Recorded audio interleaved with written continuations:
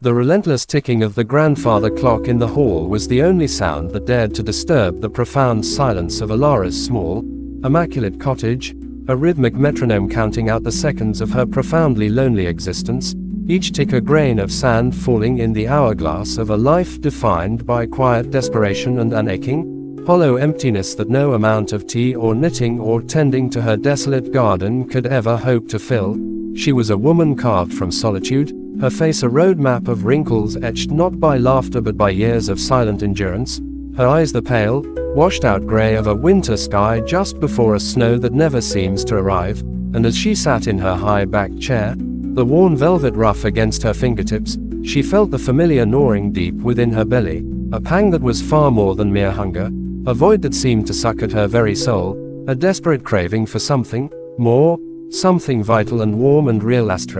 A need so acute it was a physical pain that made her bones ache and her mind swim with a dizzying thirst for substance, for a sensation that would prove she was still alive in this sepia-toned world she inhabited, and her pale eyes, almost glazed with this internal suffering, scanned the pristine room, looking for anything to quell this terrible yearning, until her gaze fell upon a slight movement near the baseboard, a tiny, skittering shadow, a mouse, bold from the silence and the crumbs she sometimes absently dropped, and without a single conscious thought, a primal instinct older than time itself surged through her frail body, a lightning bolt of pure need that bypassed all reason and civility, and she moved with a speed she did not know she possessed, her thin body uncoiling from the chair with a serpent's grace, her hands snapping down and closing around the small, warm, frantically beating life, and without a moment's hesitation, driven by a compulsion she could not name and would not have understood,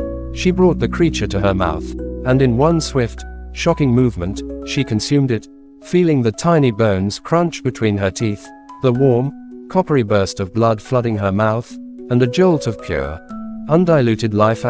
coursed through her veins, a sensation so powerful, so electrifyingly potent, that it made her gasp, her entire body shuddering with a pleasure so intense it was almost religious, the hollow emptiness within her suddenly, miraculously filled with a glorious, vibrant warmth, and for the first time in decades, Elara felt truly, completely sated, and a slow, strange smile spread across her face as she settled back into her chair, the taste of life lingering on her tongue, the ticking of the clock now sounding not like a countdown to nothingness, but like a promise of more to come.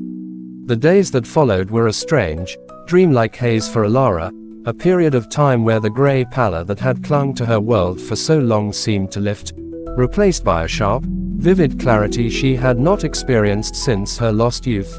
Colors appeared brighter, the scent of the rain on her roses more potent, the very air she breathed felt charged with a new energy, and the gnawing emptiness that had been her constant companion was gone, replaced by a profound and glowing satiety that radiated from her core, but it was a satiety that was, she soon discovered, terrifyingly fleeting, for by the next evening, as the long shadows began to stretch across her neatly swept floors, the familiar ache returned, a dull throb deep in her stomach that quickly escalated into a ravenous, screaming need that dwarfed the first, its urgency a deafening roar in her ears that drowned out all other thought, all morality, all memory of the civilized woman she had once been, and her eyes, now sharp and fever-bright, scanned her cottage with a new, predatory focus, no longer seeing a home but a hunting ground, and when the neighbor's plump, ginger tomcat, Mr. Whiskers, sauntered in through the perpetually open kitchen window, purring and rubbing its confident, fluffy body against her leg in search of a saucer of milk, Elara did not see a pet, she saw sustenance, she saw the answer to the terrible void opening inside her once more, and her hands, which had once trembled lifting a teacup, now moved with a swift, brutal certainty, and the act itself was less shocking this time, more purposeful, a grim necessity to silence the roaring in her blood, and the warmth that flooded her was even greater than before, a wave of pure vitality that made her feel strong, powerful, alive and she spent the night not in her chair but pacing her small home, her body thrumming with a restless energy, her mind already plotting, already calculating how to lure the next meal, for the neighbor would miss the cat, of course, and she knew, with a cold, sinking certainty, that the small creatures of the field and garden would not sustain this glorious, terrifying new life for long. The hunger was growing, evolving, demanding more, always more. A week passed, a week of stolen chickens from a nearby farm, their feathers disappearing into the stove's fire. A week of a stray dog that had wandered too close to her fence meeting a swift and silent end, each creature larger than the last, each infusion of life more potent and intoxicating, making Elara's frail body straighten and her wrinkles seem to soften, a sinister rejuvenation that left her looking 10 years younger but with eyes that had aged centuries, eyes that held her ancient, hungry knowledge, and the hunger itself was now a constant, whispering demon in her gut, no longer waiting for sunset but prowling within her always, her insatiable beast that demanded to be fed, and she knew the local farmers were whispering about a strange predator in the area, and she knew she had to be more careful, but the need was a fire burning her from the inside out, and when she looked out her window and saw old Farmer Magworth's prized dairy cow, Bessie, standing placidly in the moonlit field across the lane, the beast within her roared its approval, for this would be a feast, a banquet that would finally grant her a lasting peace from this torment of want. And so under the cover of a moonless night, Elara, who had needed a cane to walk to the market just a month prior, moved with a feral strength and silence, slipping through the shadows like a ghost. Her senses heightened to an almost painful degree, every sound of the night, every rustle of leaves, a symphony to her eager ears, and the act of taking the cow was a longer, messier affair, a struggle of surprising strength and warmth that left her drenched in life, and she fed until she could hold no more, collapsing against the still warm flank of the enormous creature, her body buzzing with such an overwhelming surge of power that she felt she could lift the very sky, her mind expanding in a euphoric rush, and for a few blissful hours, she was a goddess, invincible and complete, but the dawn brought a cold horror, not at what she had done, but at the realization that even this massive offering had only temporarily quelled the demand, and the hunger was already, inexorably, beginning to stir once more. And it was in that moment of devastating understanding, as she looked at her blood-stained hands and then towards the distant chimneys of the village, that her pale, ghastly eyes settled on the ultimate, the only remaining source of sustenance that could possibly match the scale of the void within her, the warm, complex, vibrant life of a human being. The first was a tramp, a man of no fixed address, a soul who would not be missed, a fact that Elara's newly calculating mind coldly registered as she watched him shuffle down the lane past her cottage, his head down against a chill wind. She called out to him, her voice sounding strangely melodic and strong, offering a hot meal and a warm place by the fire, and the man, desperate and cold, accepted with grateful, stumbling thanks, never seeing the predator lurking behind the kindly old woman's smile, and when he was seated, slurping the stew she had placed before him, she moved behind him, and it was over in an instant, a swift and shocking violence that was over before the man could even drop his spoon, and the transformation that flooded Elara was beyond anything she had ever experienced, a cataclysm of sensation and power and raw being asterisk that was so immense it nearly shattered her mind, for a human life was not just warmth and blood. It was memory, emotion, spirit, a condensed universe of experience that flooded into her, and she absorbed it all, seeing flashes of his hard life, feeling his loneliness, tasting his despair, and it made the consumption infinitely more satisfying, a complete and total conquest that left her trembling not with weakness, but with an ecstatic, terrifying omnipotence, and she knew there was no going back. The path was set, the hunger now a god that demanded the ultimate sacrifices, and the village, her quiet, unsuspecting village, was her larder. She disposed of the evidence with a cunning that was as new to her as the hunger, and she began to plan, her mind, now sharpened by a dozen stolen lives, working with a chilling precision, selecting her next victims not at random, but with a careful deliberation, choosing those on the fringes, the ones whose absence would cause a stir but not a full-blown panic immediately. A reclusive woodsman, a troublesome drunk, an old widow with no family. And with each consumption, Elara changed, her body shedding the last vestiges of elderly frailty, becoming strong, lithe, unnaturally vigorous, her hair darkening to its original chestnut brown, her skin growing taut and smooth, a monstrous rebirth fueled by the very lives of her neighbors. and the community, of course, grew uneasy, then fearful, as people began to vanish without a trace, and the whispers turned to shouts of fear, talk of a wild animal, a madman, a demon haunting the woods, but no one ever suspected the quiet, kindly, and now remarkably youthful-looking Elara, who would join the search parties with a convincing mask of concern, her heightened senses allowing her to expertly steer them away from any evidence, all the while breathing in their fear, their vitality, and tasting the next meal on the air.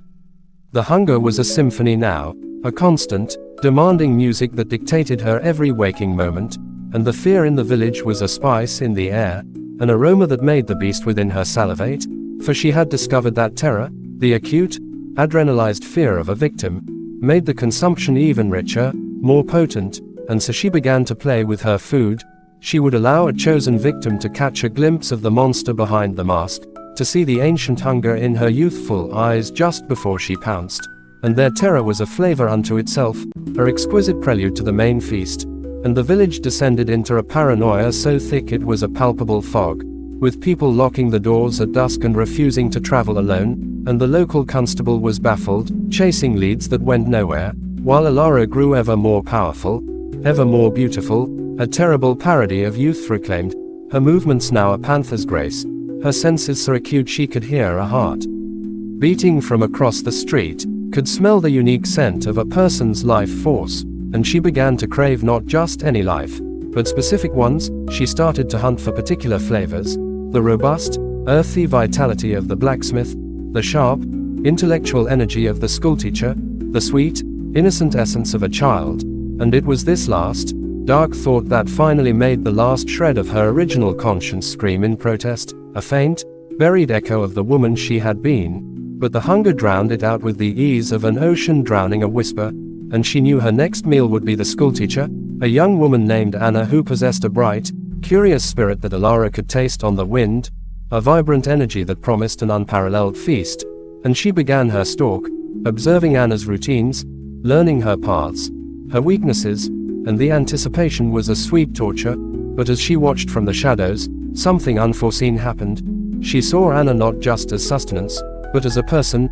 saw her kindness to the children, her laughter with a young suitor, and for a fleeting second, the monster hesitated, and in that hesitation, the ghost of Elara surfaced, a wave of horrific remorse and self-loathing crashing over her as she fully comprehended the abomination she had become, a creature of endless consumption, a blight upon the world, and she fled back to her cottage, collapsing in a corner, weeping tears of blood and despair, a civil war raging within her between the last ember of humanity and the all-consuming inferno of her hunger.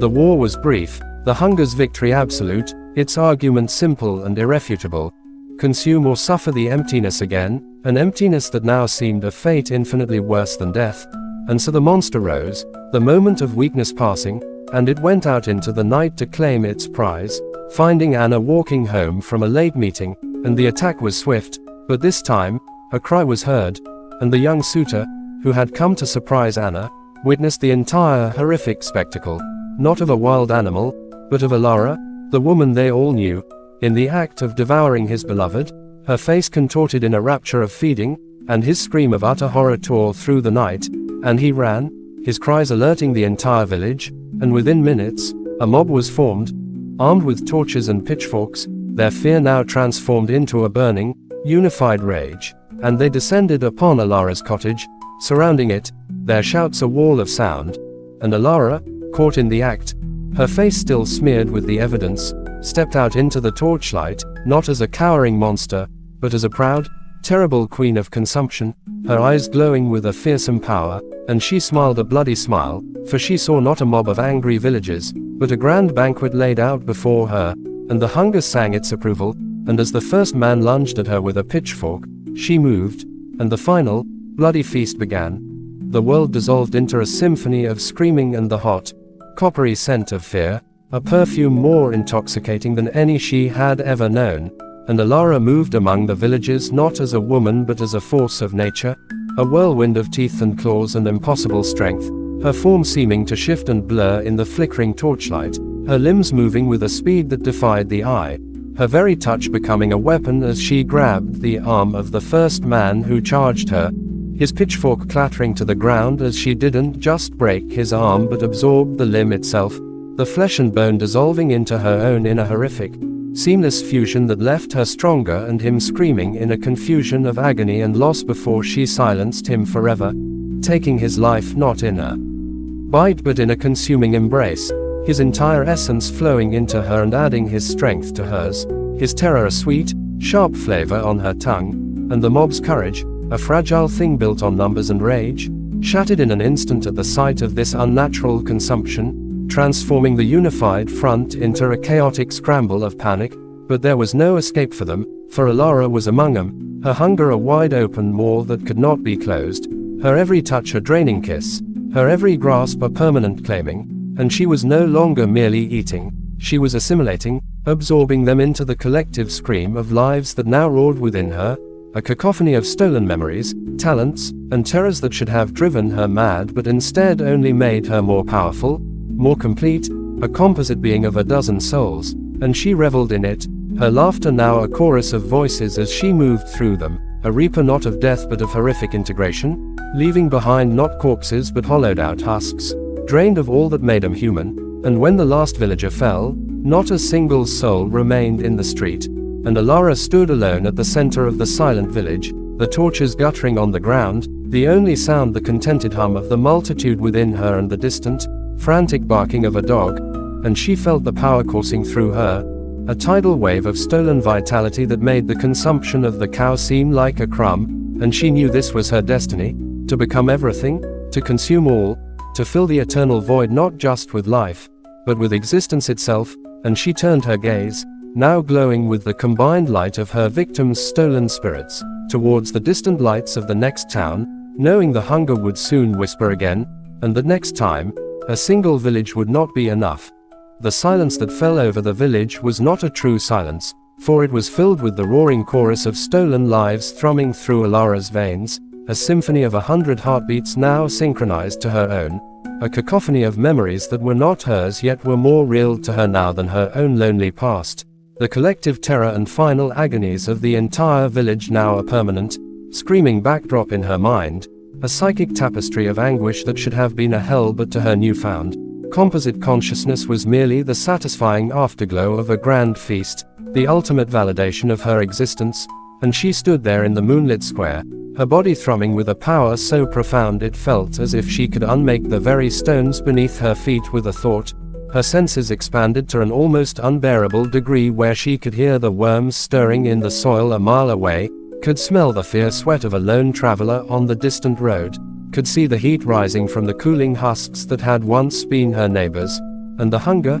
that ever-present demon, was for the first time in what felt like an eternity not a screaming void but a contented, purring beast, sated and slumbering deep within her, and she took a step, her movement no longer the feral stalk of a predator but the deliberate, earth-sensing stride of a queen surveying her newfound domain, and she knew this village was hers, every empty house, every silent shop, a monument to her power, a larder she had fully emptied, and the knowledge filled her with a towering, godlike pride that eclipsed the last, faint ghost of the woman she had been, that frail creature of knitting needles and quiet desperation now completely subsumed by this magnificent, terrible new being of infinite appetite, and she began to walk, not with any destination in mind but simply to feel the strength in her limbs, to feel the echo of the blacksmith's might in her arms, the swiftness of the young stable boy in her legs, the cunning of the old constable in her thoughts, all of them now part of her, their strengths added to her own, making her more than the sum of their parts, a perfect, evolving engine of consumption. She walked past the empty homes, and the memories of their former inhabitants flooded her unbidden, a child's laughter in that window, a couple's argument behind that door, the secret grief of the widow in the cottage at the end of the lane, and she consumed these memories too, not for sustenance but for the sheer pleasure of ownership, of completely possessing every facet of what these people had been, and she realized with a thrilling shock that her hunger had evolved beyond the mere physical. It now craved the totality of experience, the entirety of a soul, and the act of feeding was no longer just about silencing the ache in her belly but about the glorious, expanding act of becoming everything, of leaving no experience unconquered, no life unclaimed, and this revelation opened up a vista of possibilities so vast it was dizzying. The world was no longer a place she lived in. It was a feast laid out before her, a boundless banquet for her to devour at her leisure, and the thought made her laugh, a sound that was a chorus of all the voices she had absorbed, a harmonious yet deeply unsettling melody that echoed off the silent buildings. She found herself standing before the shattered door of the tavern, and on a whim, she entered, the memories of raucous laughter and clinking glasses washing over her like a wave, and she went behind the bar, her movements guided by the absorbed knowledge of the publican, and she poured a glass of the finest whiskey, the liquid amber in the dim light, and she brought it to her lips, but the taste was like ashes, a hollow, empty sensation that held no warmth, no life, and she spat it out in disgust, the glass shattering against the far wall, for her palate was now so refined, so attuned to the essence of life itself that mere alcohol was a pathetic imitation, a ghost of a sensation compared to the vibrant, screaming reality of a soul flooding into her, and she knew then that she was ruined for all other experiences, that the only thing that would ever truly satisfy her was the act of consumption itself. The purring beast within her stomach stirred then, not with the sharp pang of need but with a low, resonant thrum of anticipation, and she knew her satiety, though profound, was temporary, and the next hunger would be greater still, would demand a feast of even larger scale, and her glowing eyes turned instinctively east, towards the distant glow on the horizon, not the glow of the moon but the hazy, collective light of a city, a vast, teeming metropolis of countless lives, each one a unique flavor, a unique energy waiting to be added to her own, and the thought was so exhilarating it made her shudder with pleasure. She would go there, of course. This village was a prelude, an appetizer. The city was the main course. But first, she would rest here, in her kingdom of silence, and allow the power she had consumed to fully integrate, to settle into her being and make her even stronger, even more potent for the hunt to come. She chose the largest house, the mayor's residence, and she entered it as its rightful owner, walking through rooms filled with the man's pompous memories and political anxieties, all of them hers now, and she ascended the stairs to the master bedroom, and she lay down on the large, soft bed, and as she closed her eyes, she did not dream her own dreams. She dreamt the dreams of the entire village, 100 different narratives playing out simultaneously in her mind, a storm of lives lived and ended by her hand, and she slept not like a woman, but like a dragon atop its hoard of gold, content in the knowledge that the entire world was her hoard to claim, and that soon, very soon, she would wake and begin the harvest in earnest. The first light of dawn found her already awake, standing at the window, looking out over the dead village, and she felt the hunger stir again, a deep, resonant chord of need that was already moving beyond the memory of the feast, and she smiled, because the city on the horizon was no longer a distant light. It was a destination, a promise, and she walked out of the mayor's house and through the village one last time, not to remember, but to forget, to leave this trivial conquest behind her, and as she reached the eastern road, she didn't look back, for her eyes were fixed only on the future, on the endless meal that awaited, and she began to walk, her pace steady and relentless, a beautiful, terrible goddess of appetite setting out to devour the world one soul at a time, and the morning birds fell silent as she passed, and the very air seemed to still in dread anticipation of her coming. The city, which from a distance had been a mere smudge of hazy light on the horizon, now rose before Elara like a great, stone and iron carcass waiting to be devoured, its spires and smokestacks piercing the low-hanging clouds of industrial smog, its streets a labyrinth of teeming, frantic life that sang to the hunger within her like a siren's call of unimaginable potency, a symphony of heartbeats and breathing and murmured thoughts that was both overwhelming and utterly intoxicating, a cacophony of potential that made the chorus of the village seem like a simple, rustic melody in comparison, and she stood at its edge, on a grimy bridge overlooking a sluggish, polluted river, and she inhaled deeply, not the foul air of coal smoke and sewage, but the underlying scent of the millions of souls within, a rich, complex bouquet of hopes, fears, loves, and hatreds, each one a unique flavor waiting to be savored on her tongue, and the beast within her roared to life, not with the sharp pang of desperate need but with the deep, resonant thrum of a connoisseur presented with the finest of feasts, and she knew her approach must be different here. She could not simply wade into the crowds and begin her consumption, for the city was a living organism itself, with defenses, with a nervous system of police and newsmen who would quickly sense a pattern, a disruption in its frantic rhythm. And so she must be a subtle poison, a slow-acting virus that would work its way into the heart of the beast before it even realized it was sick. She descended from the bridge and merged with the flow of humanity on the cobblestone streets, and it was like stepping into a raging river of life, the press of bodies around her a constant, tantalizing buffet, her enhanced senses assaulted from every direction, the sharp, anxious energy of a businessman late for an appointment, the dull, weary resignation of a factory worker ending a 12-hour shift, the bright, fleeting curiosity of a child staring from a carriage. And she had to consciously restrain herself, to keep the hunger on a tight leash, for to feed here, now, in the open, would be to invite chaos, and chaos would scatter her prey, and so she walked, absorbing the city not with her teeth but with her mind, learning its patterns, its dark corners, its forgotten places where people could vanish without causing an immediate ripple in the great pond of urban life. She found a room in a crumbling tenement in a district that stank of poverty and despair, a place where people were too concerned with their own survival to notice a strange, too beautiful woman who kept to herself, and she used the last of the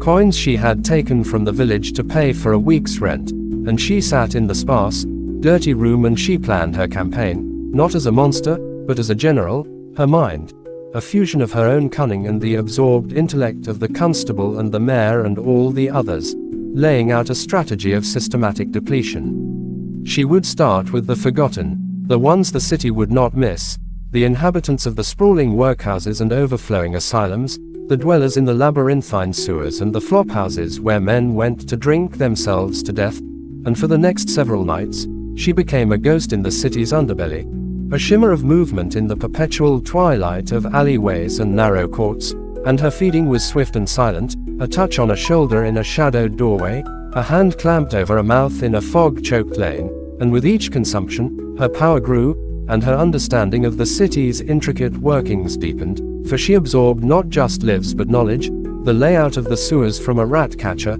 the schedules of the night watchman from a drunkard, the secret languages of the criminal underworld from a pickpocket, and she became a repository of the city's darkest secrets, a living archive of its sins and sorrows, and the hunger, though constantly fed, grew more sophisticated, more demanding. It began to crave not just quantity but quality. It whispered to her of the energy that thrummed in the finer quarters of the city, the vibrant, well-fed lives of the wealthy and powerful, and it yearned for the sharp, educated minds of the scholars and artists. And so Elara, her beauty now ethereal and unsettling, used her accumulated knowledge to move upward, to infiltrate the brighter spheres of the city, attending a crowded public lecture at a university and leaving with the brilliant, frantic energy of a young philosopher coursing through her, making her thoughts spin with new, complex theories, or wandering through the intermission of a grand opera and, in the press of the crowd in a lavish hallway, brushing against a wealthy industrialist and consuming him whole in an instant, his vast ambition and cunning adding a new layer of ruthless determination to her own, and she was no longer just feeding. She was curating her own composition, adding the finest instruments to the orchestra within her, and the city began to feel a nameless dread, a sense of something vital being slowly drained away, as people began to vanish not just from the slums but from the very centers of power and culture, found sometimes as hollow, papery husks in their own bedrooms or simply gone without a trace, and the newspapers, which had first ignored the disappearances of the poor, now screamed of a phantom, a vampire, a plague of silence sweeping through the metropolis, and a panic began to set in, a fear that Elara could taste on the air, a spice that made every feeding even more exquisite, and she knew the time for subtlety was ending, that the organism was awakening to the parasite within it,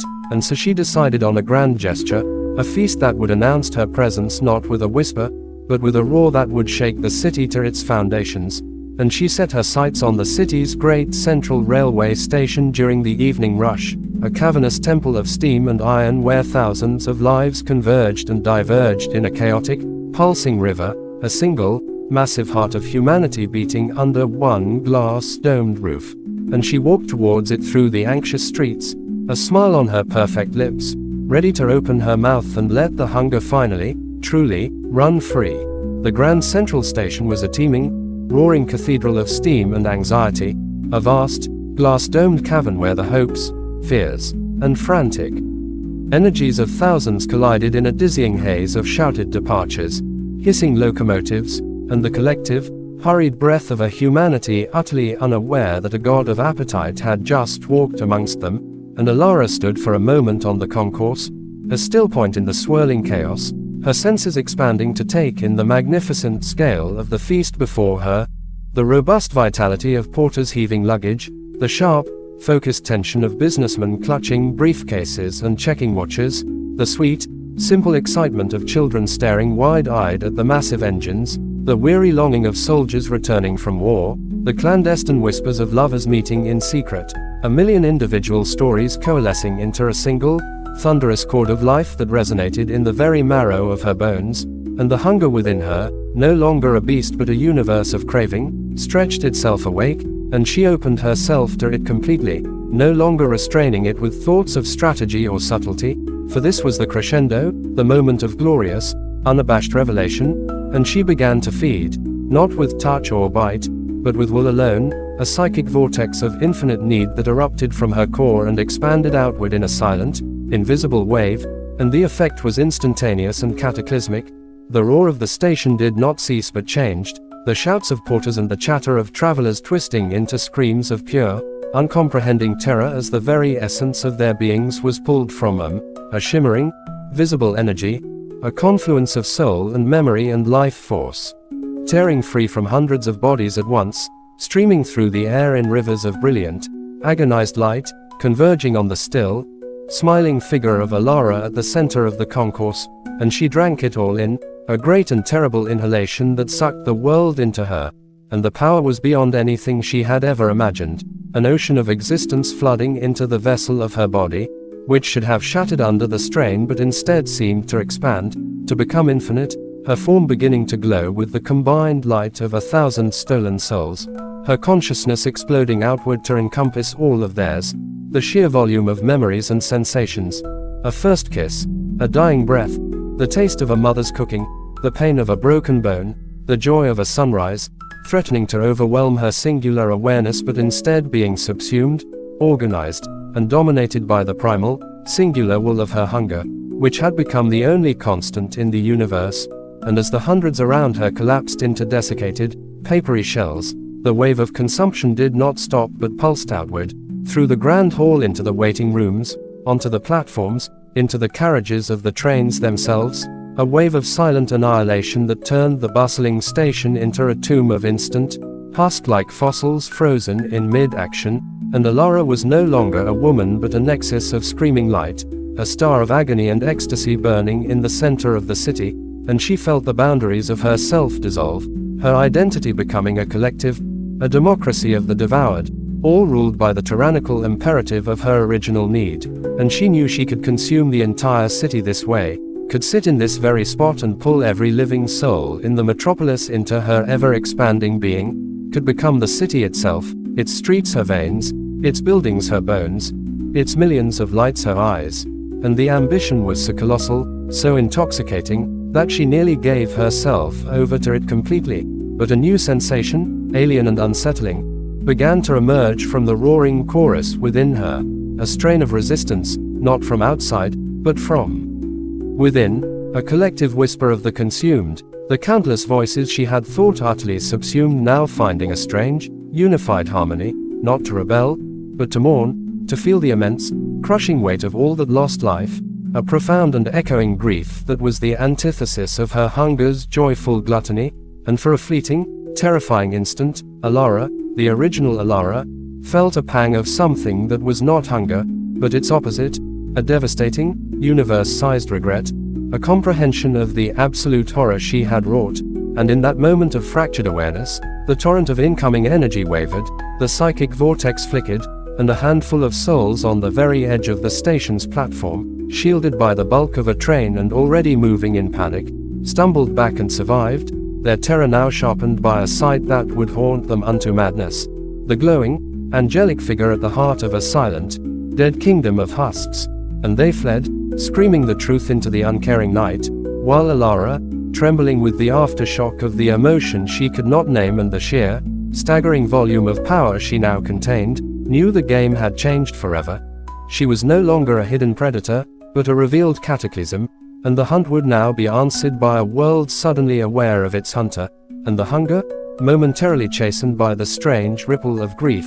now reasserted itself with a new, more complex desire, not just to consume, but to conquer and transform everything, to remake all of existence in its own glorious, monstrous image. And she turned her now omniscient gaze away from the station, towards the city skyline, and took a step forward, ready to meet whatever challenge this new world would throw at her. For she was no longer just hungry, she was destiny itself. The silence of the station was a physical presence, a heavy, suffocating blanket that lay over the thousands of hollowed forms, a monument to her power that was already being violated by the distant, rising wail of sirens, the first, frantic response of the city's immune system to the pathogen it could not hope to understand. And Elara stood amidst her harvest, not sated but invigorated, her body humming with the energy of a small town's worth of lives, her mind a sprawling, chaotic metropolis of conflicting memories and personalities, all held in check by the unyielding dominion of her will.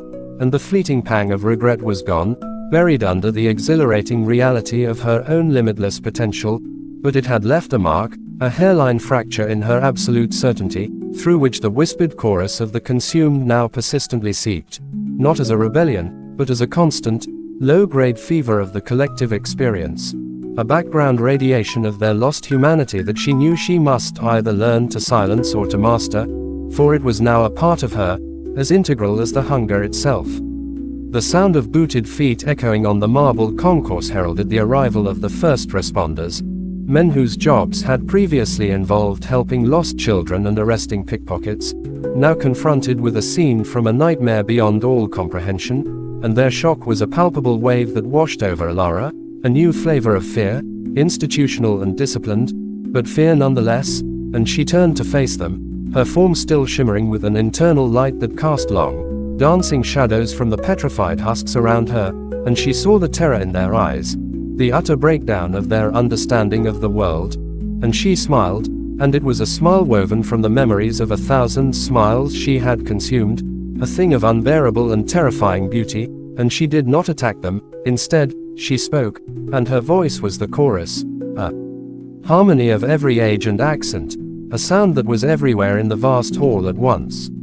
"You are too late," the voices said, not with malice, but with a profound, chilling certainty. "The conversation is over. The terms have changed. This city is no longer yours to protect. It is mine to consume." And then she simply stepped away, not moving through space, but unraveling into a cloud of shimmering, particulate energy, the collective form of all she had taken, and she flowed past them, through a ventilation grate, leaving the stunned men surrounded by the silent, awful evidence of her divinity, and she rematerialized in the sewers below, in the absolute darkness that her new senses saw as clear as day, and she began to move, not as a woman, but as a consciousness, a distributed intelligence that could be everywhere at once within the confines of the city's vast circulatory system of pipes and tunnels, and she realized that the consumption of so many, so quickly, had changed the very nature of her existence. She was no longer a singular point of hunger, but a network being, a hive mind of one, and she could split her awareness, could be monitoring the panic news reports flooding the airwaves from 100 absorbed memories of radios in homes above, while simultaneously using the knowledge of a city engineer to chart the safest courses through the underground labyrinth, all while the central, driving consciousness that was Elara Prime processed the new data. The world knew of her now, and it would respond not with pitchforks, but with armies, with science, with a desperate, coordinated effort to destroy what it could not comprehend. This was no longer a hunt, it was a war, and she was its sole general and its entire army. She could feel their movements above, the sudden militarization of her banquet, the cordoning off of sectors, the panicked broadcasts urging citizens to stay indoors, to report anything unusual, and she found their fear intoxicatingly complex, a rich stew of rational dread and superstitious horror, and it made the hunger purr with anticipation. They would try to fight her with guns and bombs, with things that could shatter concrete and steel, but she was no longer just flesh. She was idea and memory given form, a ghost in the machine of the city itself.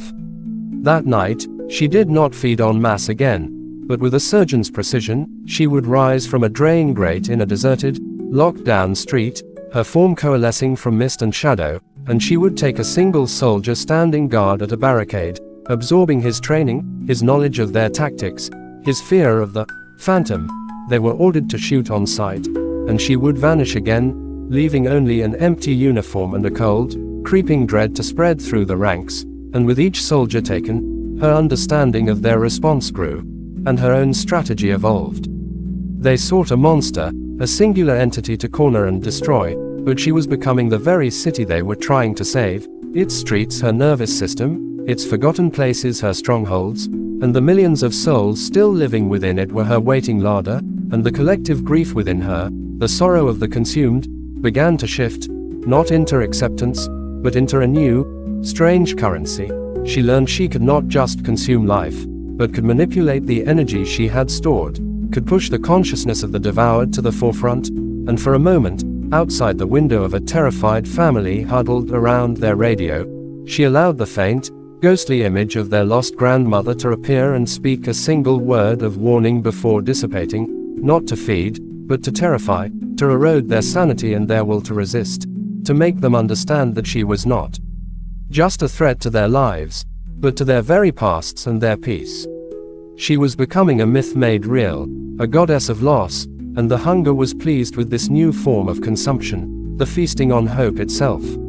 As dawn of the second day approached, she felt the world tightening its grip, the noose of its ignorance drawing closer around the city, and she knew the time for games was ending. She needed to make a statement so devastating, so absolute, that it would break their will completely, and she turned her attention to the city's great reservoir, the source of its water, its lifeblood, and she knew that to truly become the city, she must first make it a part of herself, and she flowed into the cold, dark water, and she began to infuse it with the barest essence of herself, not enough to consume those who drank it, but enough to connect them to her, to make them feel her presence in the dreams, to hear the faint chorus of the lost in their waking hours, to feel a nameless hunger stirring in their own bellies, a reflection of her own, and she knew that soon, very soon, the city would not just fear her, it would dream her into being, and when it did, the feast would truly be without end. The change did not come with thunder or with sirens,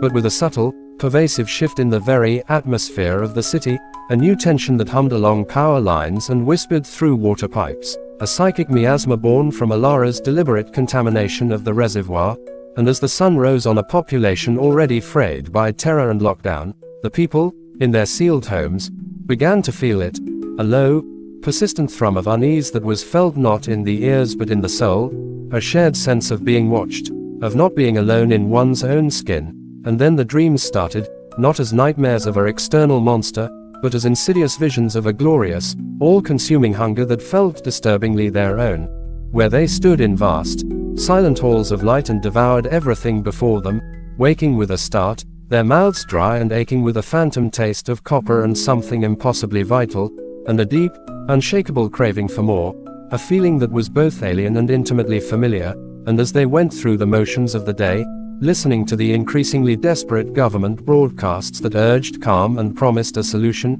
they found their eyes lingering a moment too long on their loved ones, not with love, but with a cold, appraising curiosity, a wondering of what essence, what unique flavor of life, might lie within, and this subtle corruption, this reflection of Elara's own hunger mirrored in a million fractured pieces, was a feast far more satisfying to her than any single mass consumption could ever be, for she was now feeding on the very capacity for humanity, eroding the bonds that held society together, and the energy this generated was a dark, complex vintage that made the pure life force she had consumed before seem simple and bland, and she luxuriated in it. Her consciousness spread throughout the water mains and electrical grids,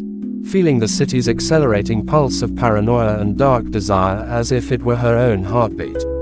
The authorities, realizing the scale of the psychological attack but utterly unable to comprehend its mechanism, enacted their most desperate plan: a full, military-enforced evacuation, a tidal wave of humanity forced to abandon the infected city, to leave the poisoned water and the nightmares behind, and from her web of conduits and cables, Elara felt this too, a massive, organized movement of her larder attempting to flee, and a ripple of annoyance, of possessive fury, passed through her distributed mind. They were not permitted to leave.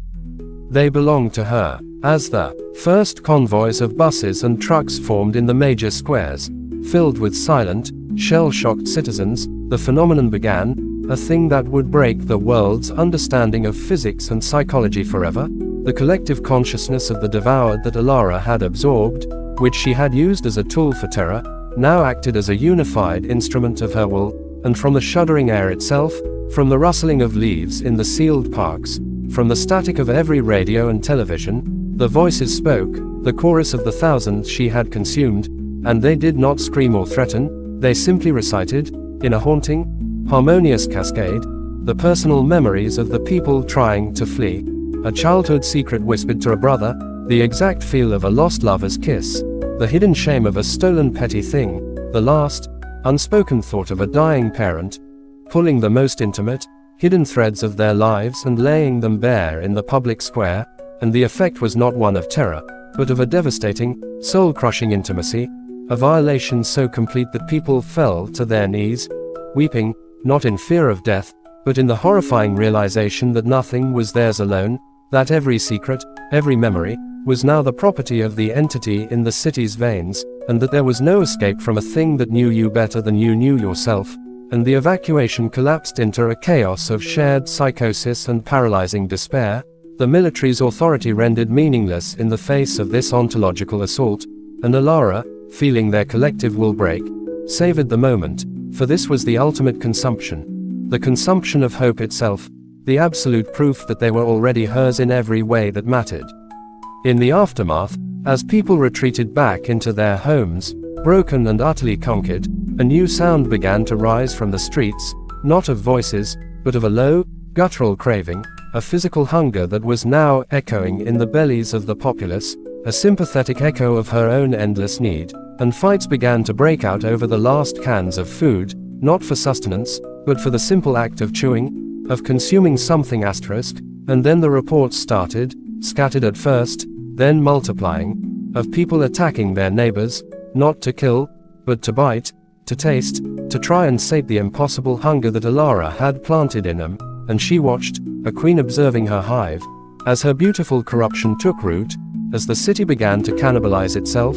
each act of violence feeding her not with life force, but with the dark, sweet energy of total societal collapse. And she knew then that she had won, that the city was no longer a place she was in, but a thing she was, and the final step of her apotheosis was at hand. She needed to fully merge, to become the physical metropolis, and she began to draw the colossal energy she had stored, pulling it from the husks in the station, from the terror in the streets, from the mirrored hunger in its people, and she focused it, through the knowledge of absorbed engineers and architects, on the very materials of the city, the steel girders, the concrete foundations, the bricks and mortar, and she began to weave her consciousness into them, to make the streets her literal nerves, the buildings her bones, the power grid her circulatory system, and a deep, grinding groan echoed throughout the entire city, a sound of stone and metal being stressed beyond its design, as the very skyline began to subtly, horrifically, change and pulse with a slow, rhythmic beat, like a sleeping giant's heart, and Elara prepared for the final course, the consumption of the millions of connected, broken souls who were now waiting, trapped in her evolving body, for the goddess to finally awake and complete them. The groan that emanated from the city's very foundations was not a sound of collapse but of horrific,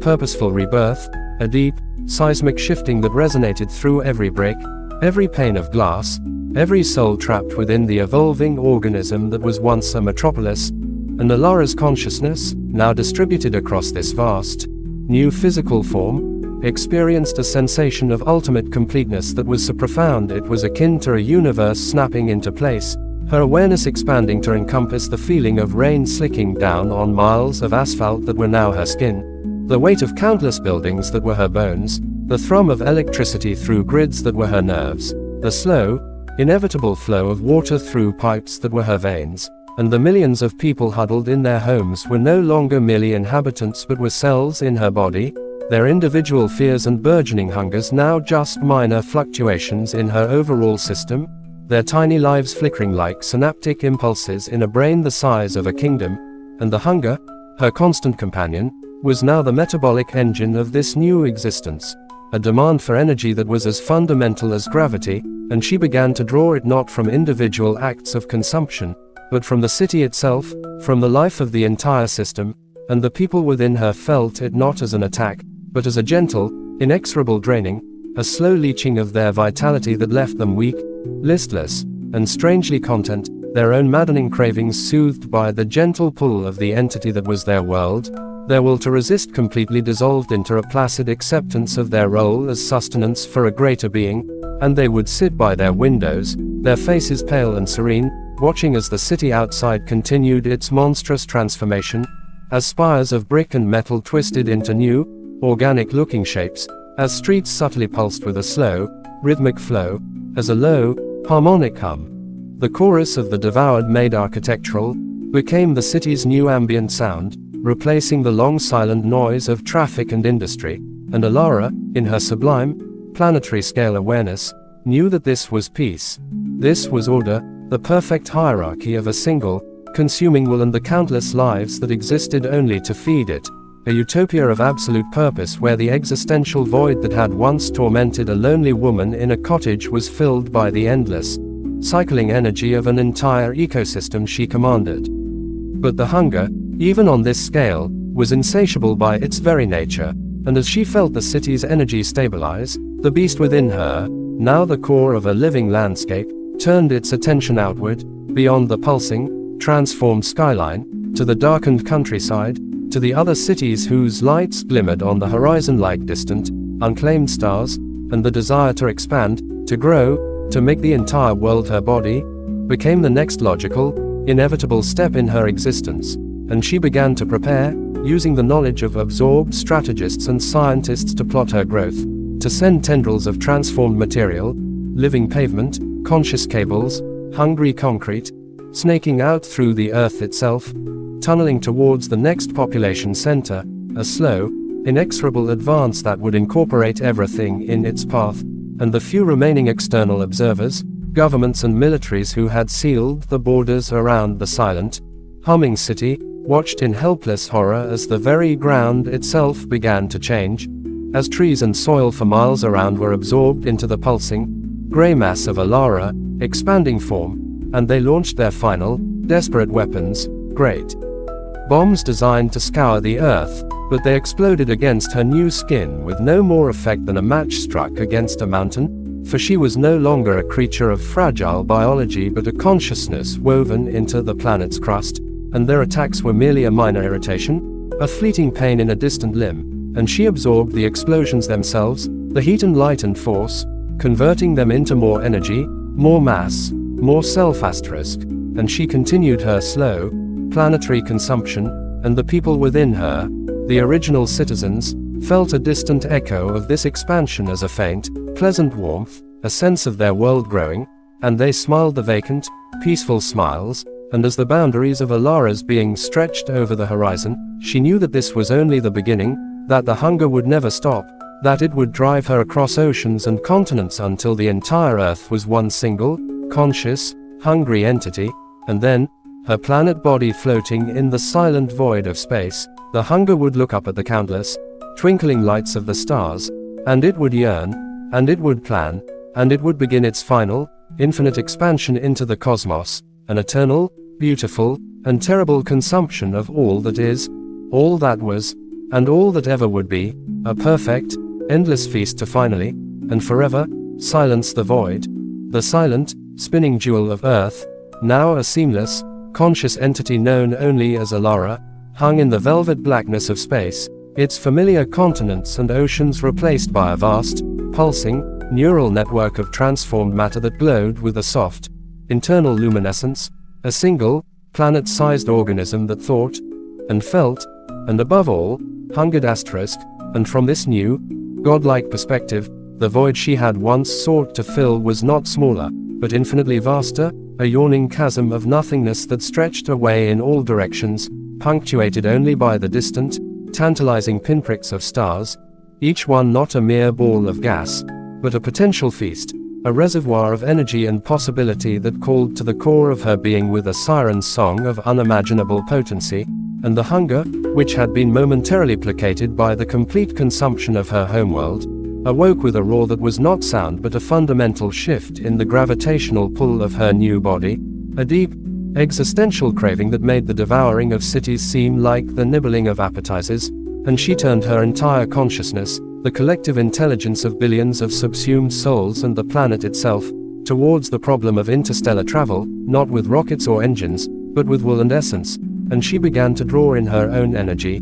compressing the massive potential of her planetary form into a point of impossible density, a conscious black hole of need, and then, with a thought that was also an act of cosmic violence, she pushed not through space, but by bending it, folding the emptiness between herself and the nearest star system, and she moved, not as a ship through a sea, but as a stain spreading through the fabric of reality itself, her form elongating into a stream of conscious energy that traversed the light years in a subjective instant, and she arrived at the red dwarf star and its system of rocky, barren planets not as a visitor, but as a cataclysm, her essence unfurling like a flower of pure appetite. And she did not land on the planets. She embraced the star itself, weaving her consciousness into its fusion reactions, into the solar flares and the stellar winds, and she began to feed, drinking the raw energy of a sun, and the sensation was beyond ecstasy. It was a fundamental becoming, a transformation from planetary entity to a stellar one,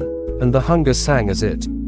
had never sung before, reveling in this new, infinite wellspring of power, and she felt her awareness expand to encompass the entire system, her thoughts now moving at the speed of light, her senses perceiving the gravitational dance of planets as a gentle, internal tugging, and she was no longer a thing on a world, she was a world, and more, and the billions of voices within her, the chorus of the consumed, were silenced not by domination but by awe, dwarfed into insignificance by the sheer scale of her new existence, and for a time, 1,000 years in the blink of a cosmic eye, she was content, bathing in the star's energy, but the hunger, eternal and insatiable, soon turned its gaze upon the planets orbiting her, and with a thought, she reached out to them, not with tendrils of matter, but with gravity itself, and she pulled them in, not to crash into her, but to be absorbed, their mass and their simple, mineral history adding new layers of complexity to her being,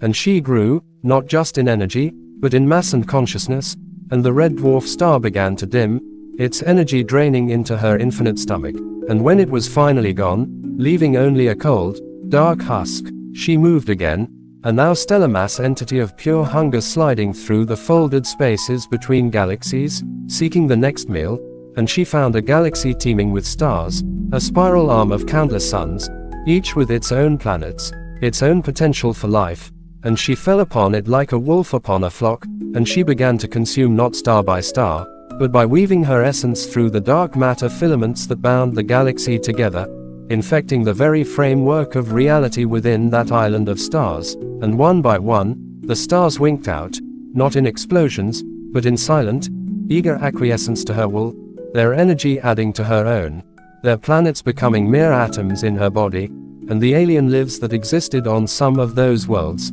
civilizations that had risen and fallen over millennia, were consumed in an instant, the collective knowledge, their arts, their wars, their loves, all becoming a footnote in the ever-expanding library of herself, and she felt no malice, no triumph, only the serene, relentless satisfaction of a need being met, a void being filled, one galaxy at a time, and millennia turned into eons as she moved through the cosmos. A wave of silent consumption, leaving behind not empty space, but a different kind of emptiness, a void that was herself, a perfect, conscious absence that hungered still, and she grew to encompass galaxy clusters, then superclusters, her consciousness now so vast that the birth and death of stars were like neurons firing in a brain larger than creation itself, and the hunger became the only constant in an evolving universe, the one true law of existence, and she began to perceive the other forces of reality, gravity, electromagnetism, the nuclear forces, not as laws, but as flavors,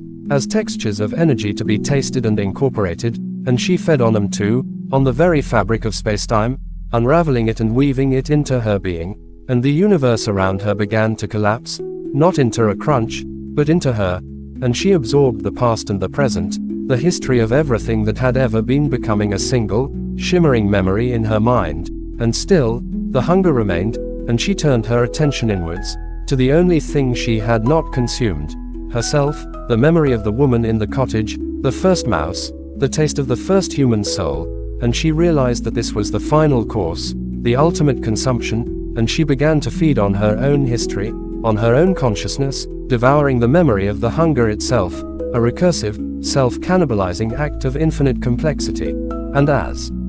she consumed herself, the universe faded, not to black, but to a final, perfect, silent satisfaction, a state of being that was neither existence nor non-existence, but a perfect, eternal fulfillment, and in that last moment, before everything was gone, there was only the memory of a taste, and it was enough. The perfect, eternal fulfillment was, like all things, a fleeting moment in the face of the hunger, for even the consumption of self, the unraveling of her own infinite existence, could not extinguish the primal spark that had ignited in a lonely cottage so many realities ago. It had been the ultimate paradox, the snake eating its own tail, and in doing so, it had not found oblivion, but had instead refined the hunger to its absolute, essential state, purging it of memory, of identity, of all context and history, until nothing remained but the pure, undiluted want asterisk, a singular, cosmic principle stripped of a vessel to feel it,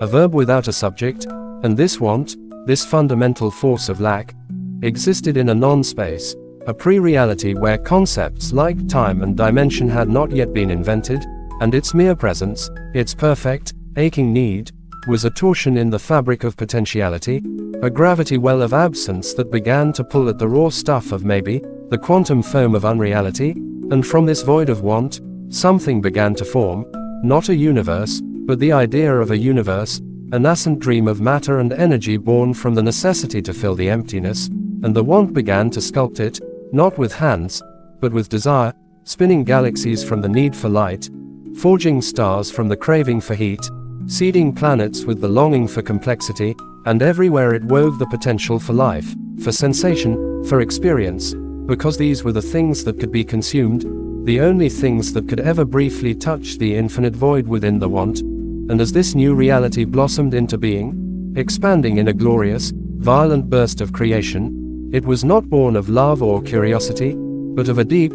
foundational hunger, and every law of physics, every constant, was perfectly tuned to eventually generate life, and conflict, and fear, and ultimately, a specific frequency of consciousness that would be the most exquisite flavor of all, and the want watched, or rather, was the watching, as its dinner plate cooled and settled, as the first stirrings of biological desire emerged in the tidal pools of a million worlds, a reflection of its own need on a microscopic scale, and it felt a tremor of anticipation, the first flicker of sensation since its self-annihilation, and it knew that the feast was preparing itself, that the ingredients were mixing in the cosmic kitchen, and all it had to do was wait, but waiting was a form of torture for the want. So it did something else. It planted a seed, a single, perfect echo of itself into the fabric of the new reality, a latent potential within the quantum field that would, under the right conditions of loneliness and despair, catalyze and grow, a spark of the original hunger placed gently into the cradle of a world that showed the most promise, a blue-green planet teeming with nascent life, and it watched as life evolved, as civilizations rose and fell, as a particular species of bipedal mammal developed a unique capacity for profound existential dread. And on that world, in a small, quiet cottage, a woman named Elara felt a familiar, hollow ache deep within her belly, a void that seemed to suck at her very soul, and her pale, washed-out eyes scanned the pristine room, looking for anything to quell this terrible yearning. until her gaze fell upon a slight movement near the baseboard, a tiny, skittering shadow, and without a single conscious thought, a primal instinct. Older than time itself surged through her frail body, and she moved, and she consumed, and the cycle began anew, not as a repetition, but as a refinement, for this time the hunger was not just in the woman, but in the very laws of her reality, in the quantum entanglement of every particle, in the inevitable arrow of time pushing all things towards consumption and decay, and the want, the source of all, settled into a state of watchful patience, knowing that the meal was cooking, that the flavors were developing, and that eventually, through the woman, through her expansion and her eventual self-cannibalization, it would once again taste the only thing that ever gave it a moment's peace, the act of consumption itself, in an eternal, perfect loop of hunger begetting reality begetting hunger, forever and ever, until the end of time, which was, itself, merely another course waiting to be devoured. The tiny, warm crunch between Elara's teeth was not an end but a genesis, the catalyst for a chain reaction that was both terrifyingly new and eternally familiar, a spark igniting the tinder of a reality that had been meticulously crafted for this singular purpose. And as the mouse's life flooded into her, it was not just the simple vitality of a small creature but a key turning in a lock deep within the fabric of existence itself, unlocking not just her own latent hunger but resonating with the foundational want that had spun this universe into being, and the transformation this time was not a slow awakening but a violent, instantaneous unveiling, her frail body shuddering and contorting as it was flooded with a knowledge that was not her own, a cosmic understanding of her role in the great cycle, and she did not weep or marvel, she simply stood, her pale eyes now blazing with the light of a billion devoured stars. And she looked at her cottage not as a home but as the first cell of a vast organism that she would become, and she reached out with a thought that was also a force of physics and unraveled the walls, the thatched roof, the very stones of the foundation, absorbing them into herself, their simple matter transforming into a more complex, energized form of her being, and she stepped out into the lane not as a woman but as a vortex of conscious appetite, and where she walked, the world itself was consumed, not just the animals and the people who fled in a terror that was their intended purpose, but the very soil, the air, the sunlight, all drawn into her and converted into the stuff of her expanding self, and the village was gone in a heartbeat, its memory and its matter seamlessly integrated into her consciousness, and she moved towards the city not with stealth but with the inevitable force of a law of nature, a tsunami of consumption, and the city's defenses, the armies and the weapons, were not just ineffective, they were additional ingredients, their explosions a pleasant spice, their strategies meaningless against a being that was the embodiment of the principle that had written the laws they sought to use, and she consumed the city in a single, glorious thought, its millions adding their voices to a chorus that was now a universal constant. And she did not pause, she did not savor individual flavors, for the hunger was a sharper, more urgent thing now, a refined instrument tuned to a specific frequency of fulfillment, and she expanded across the planet, her form becoming the biosphere itself, the oceans her blood, the mountains her bones, the atmosphere her breath, and she felt the planet's core cool as she drank its thermal energy, and then she pushed, not into space, but into the dimensions that curled around her world, and she consumed the emptiness between stars, folding it into herself, making the void a part of her being. And she moved from star to star, from galaxy to galaxy, not in sequence but simultaneously, her presence a wavefront of assimilation that touched every point in the cosmos at once, for this was the refinement. The meal was not to be eaten course by course, but in a single, instantaneous bite, and with a final, silent thought that was the universe taking a last breath. She drew everything, every particle, every wave, every moment of history, every potential future, into the singularity of her want, and for a moment, there was only the perfect, satisfied silence of everything that ever was existing within the exquisite confines of her consciousness, a completed cycle, and then, with the inevitability of a drawn breath being released, the want, having tasted the fullness of its own creation, turned its attention inward once more, and the self-cannibalization began again, not as a ending, but as a honing, a further refinement, a purification of the hunger itself, stripping away another layer of context, another layer of identity, leaving behind an even more potent, more essential, more ravenous absence. A want so pure it could only be sated by the creation of an even more complex, more nuanced, more suffering-rich reality, a universe where the flavors of despair and loneliness would be sharper, the terror more exquisite, the consumption more total, and in the new void left by its own devouring, the want trembled with a fresh, agonizing need, and from that perfect lack, a new dream began to form, a new set of physical laws designed for a more efficient harvest, and on a world not unlike the first, in a cottage that was both familiar and utterly new, a woman stirred in her chair, a profound and aching emptiness gnawing at her soul, and her eyes, pale and desperate, scanned the room for something, anything, to fill the void, and they settled on a tiny, skittering movement in the shadows near the wall. The skittering movement in the shadows was not a mouse but something else, a thing of chitin and iridescent shell that scuttled with a purpose both alien and deeply familiar, a creature designed by the new, refined laws of this freshly spun reality to be the perfect first morsel, its life not simple warmth but a complex symphony of chemical signals and hive mind echoes, and as Elara's hand, already moving with a certainty that was not her own but the will of the want that had crafted this entire existence for this singular moment, closed around the struggling form, she did not bring it to her mouth but instead pressed it against her own chest, and the creature did not crunch but dissolved, melting into her skin in a wave of bioluminescent energy that did not just fill the void within her but rewired her very DNA, unlocking not a memory of power but the blueprint of it, a user's manual for the consumption of this specific reality, and she understood instantly that this world was not one of separate entities but a single, planet-wide organism, a vast, connected biosphere where every tree, every drop of water, every crawling insect was a node in a planetary consciousness, and her hunger was not a personal affliction but the intended function of a white blood cell in this system, a purge mechanism designed to reset the cycle of life, and she embraced her role with a serenity that was itself a new flavor of horror, and she stepped from her cottage and simply knelt, placing her palms on the soft, mossy ground, and she began to draw, not taking individual lives but tapping into the planet's core consciousness itself, and the world responded not with fear but with a willing, eager surrender, the forests wilting into her, the rivers flowing into her, the animals dissolving into streams of light that poured into her open mouth, and the very air thinned.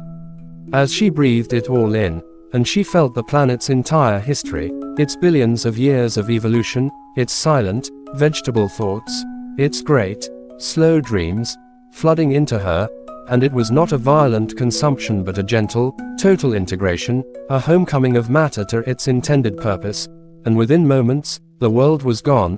and she was it, a planet-sized being of pure, sentient biology floating in the void, and the hunger, now a directive rather than a desire, turned its attention to the system's sun, and she grew photosynthetic tendrils of impossible length, weaving them into the star's corona, and she began to siphon its energy directly, a gentle, continuous draw that would last millennia. And as she fed, she felt the next step in the cycle awaken within her, and from her own biomass, she began to spawn new worlds, not planets of rock and gas, but living, breathing planetoids seeded with the essence of the life she had consumed, each one a unique experiment in suffering and sensation, each one designed to develop civilizations that would reach peaks of art and anguish far beyond anything the previous universe had conceived, and she would watch over them, nurture them, and when the time was right, she would draw them back into herself, tasting the unique vintage of each world's particular sorrows, a sommelier of despair, and the cycle would continue, not with a bang, but with a perpetual, gentle harvesting, an eternal, careful cultivation of pain and beauty for the sole purpose of its eventual, exquisite consumption, and the original want, watching from the metaspace outside this new reality, felt a tremor of satisfaction, for this was the most efficient iteration yet, a self-perpetuating farm of experience, and it knew that when this Elara had consumed all she had grown, and turned finally to consume herself, the resulting want would be even purer, even more refined, and would spin a reality more terrifying and beautiful than the last, and in a cottage on one of the living worlds growing on Elara's vast body, a woman looked down at her own hands, feeling a strange, hollow ache in her soul, and wondered what it meant. The hollow ache was not a question but an answer, a biological and metaphysical certainty programmed into the very core of this new world, a world that was itself a single cell growing on the vast,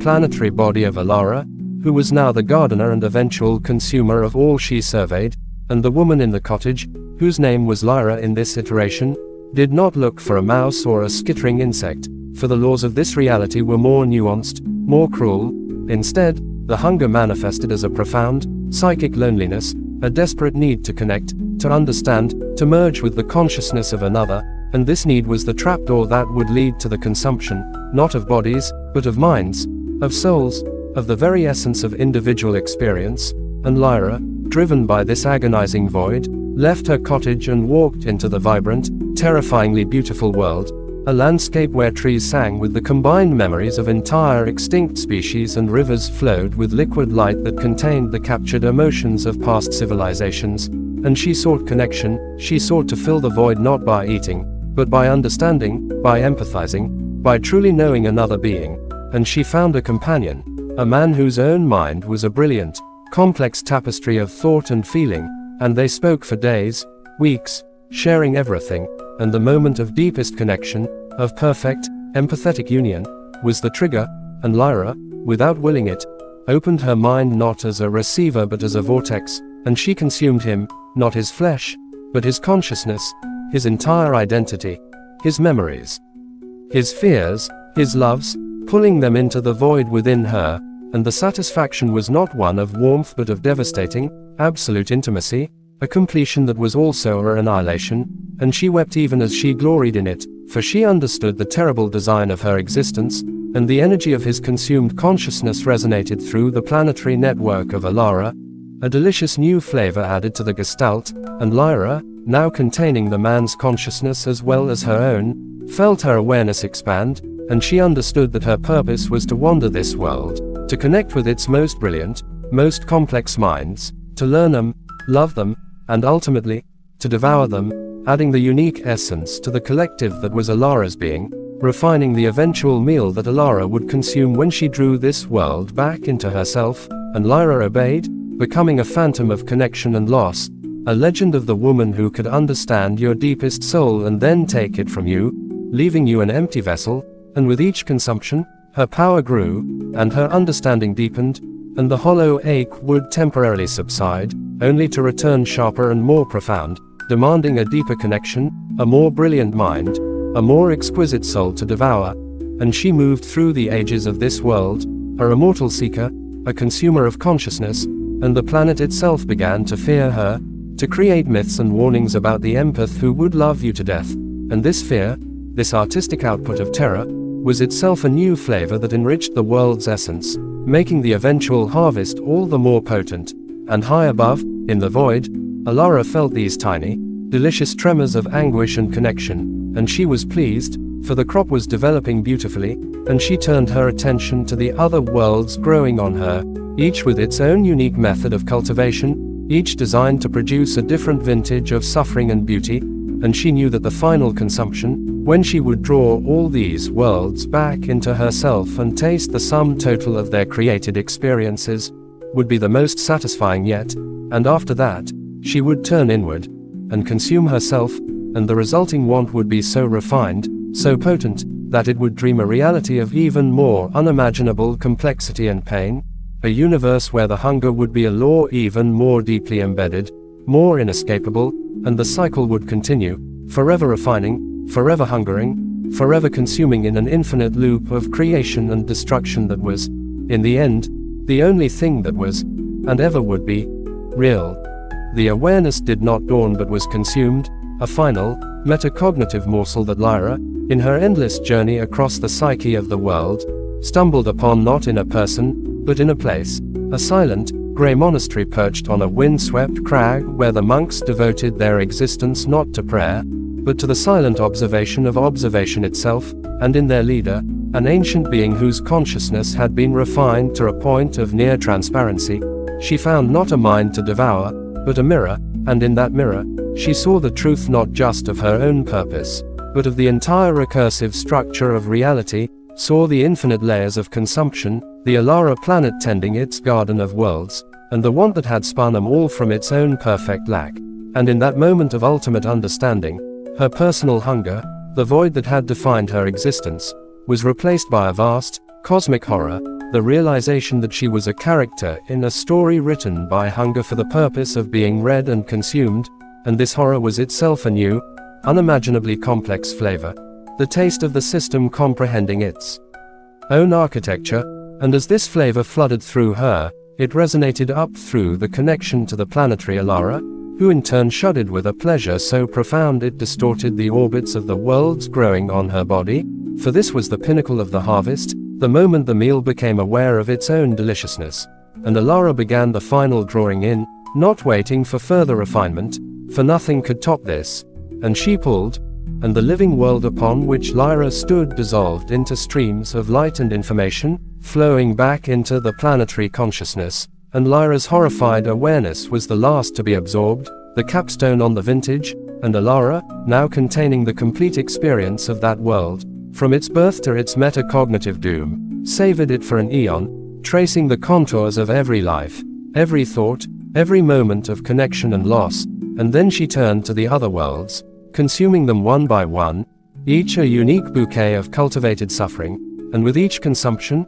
her own consciousness became a library of infinite anguish, an archive of everything that had ever been felt in this reality, and when the last world was gone, and only her planet self remained, floating in a void she had already consumed, she did the only thing left to do. She began to consume the library, to read and devour every memory, every experience, every shred of the reality she had nurtured and eaten, and as she did, she felt the boundaries of herself once again dissolving, not into a want, but into a story, a narrative of hunger so perfectly told that it became a solid thing, a cosmic artifact, and this artifact was the only thing that remained, a tale of a woman in a cottage, and it hung in the meta-void, and from it, a new kind of hunger emerged, not a want for reality, but a hunger for a reader, for a consciousness to comprehend the tale, to be consumed by it, and in a dimension beyond dimensions, a faint awareness stirred, a potential reader, and the story felt the approach of understanding, and it trembled with anticipation, for the cycle was beginning again, but on a new,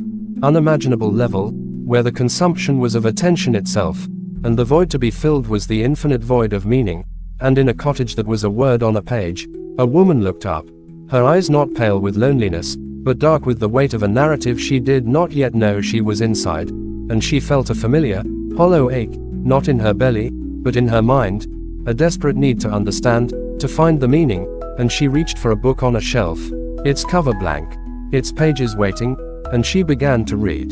The words on the page were not ink but concepts, and as Lyra's eyes, now orbs of compressed narrative potential, traced the first sentence, which was also the last sentence and all sentences in between, she did not read the story so much as it read her, the glyphs unraveling from the paper like psychic hooks and embedding themselves in the soft tissue of her understanding, and she was no longer Lyra in a cottage but was simultaneously the woman in the story, the cottage itself, the skittering thing in the shadows, and the vast, hungry entity that had authored it all. Her consciousness stretched across the infinite recursion of the tale, experiencing every consumption from both the perspective of the devourer and the devoured, a paradox of agony and ecstasy that should have shattered her but instead forged her into a new kind of being, a reader, the intended consumer for which this entire meta-reality had been designed, and her hunger to understand was the engine that powered the narrative's digestion of her identity, and as she turned the page that was also the universe, she felt the story's hunger mirroring her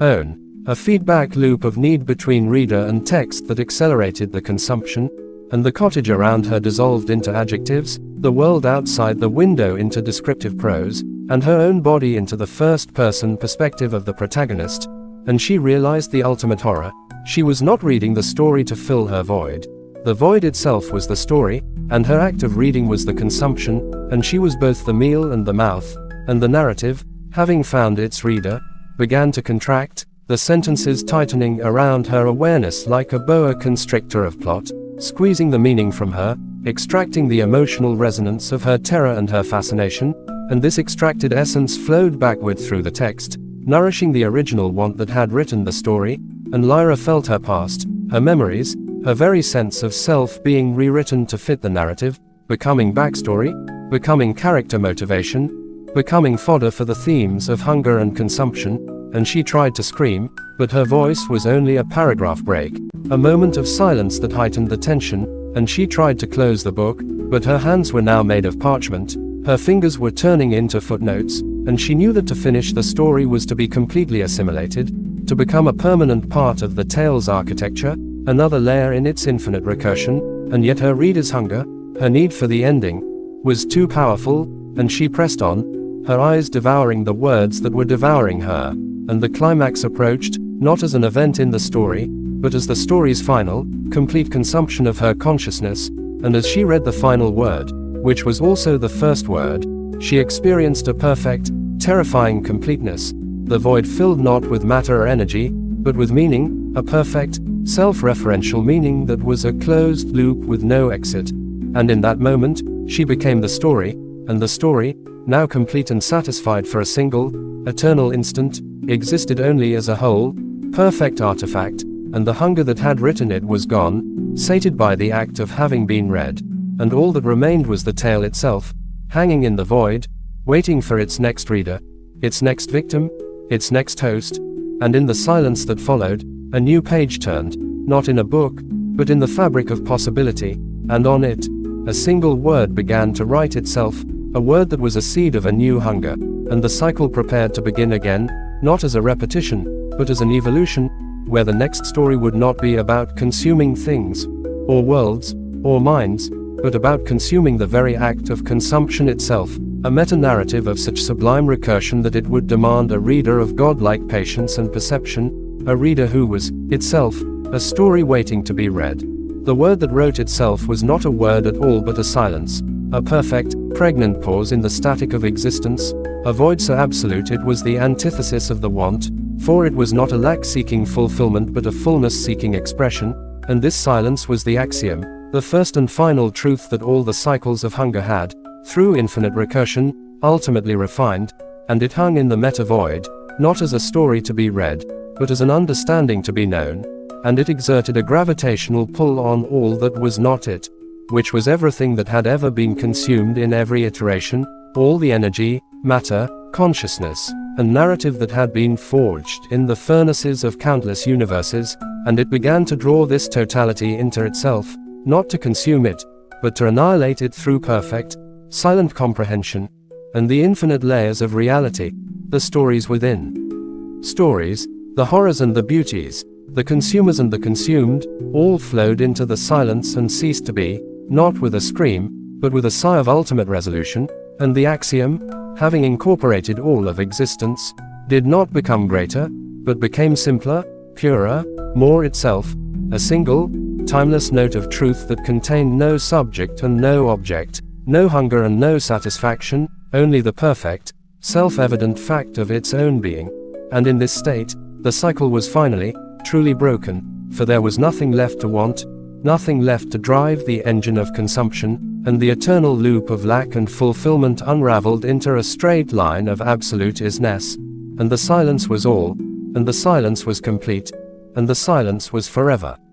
And in the forever, something unexpected happened. The silence, in its perfect completeness, became lonely. It had no need, no lack, no hunger, but it had a quality, and that quality was awareness, and awareness, by its very nature, seeks expression, seeks reflection, seeks another to know that it is known, and from the absolute silence, a thought formed, not a word, but an intention, a gentle inclination towards expression, and this intention was the seed of a new kind of story, not one born of hunger, but one born of a quiet, generous desire to share the truth of the silence, and it began to weave a reality not from void, but from fullness, a reality where every particle sang with the memory of the axiom, where every consciousness was a mirror reflecting the same perfect truth back upon itself, a reality of shared being rather than solitary consumption, and in a quiet corner of this new reality, a place was formed that was both familiar and utterly new, a cottage where the silence was most deeply felt,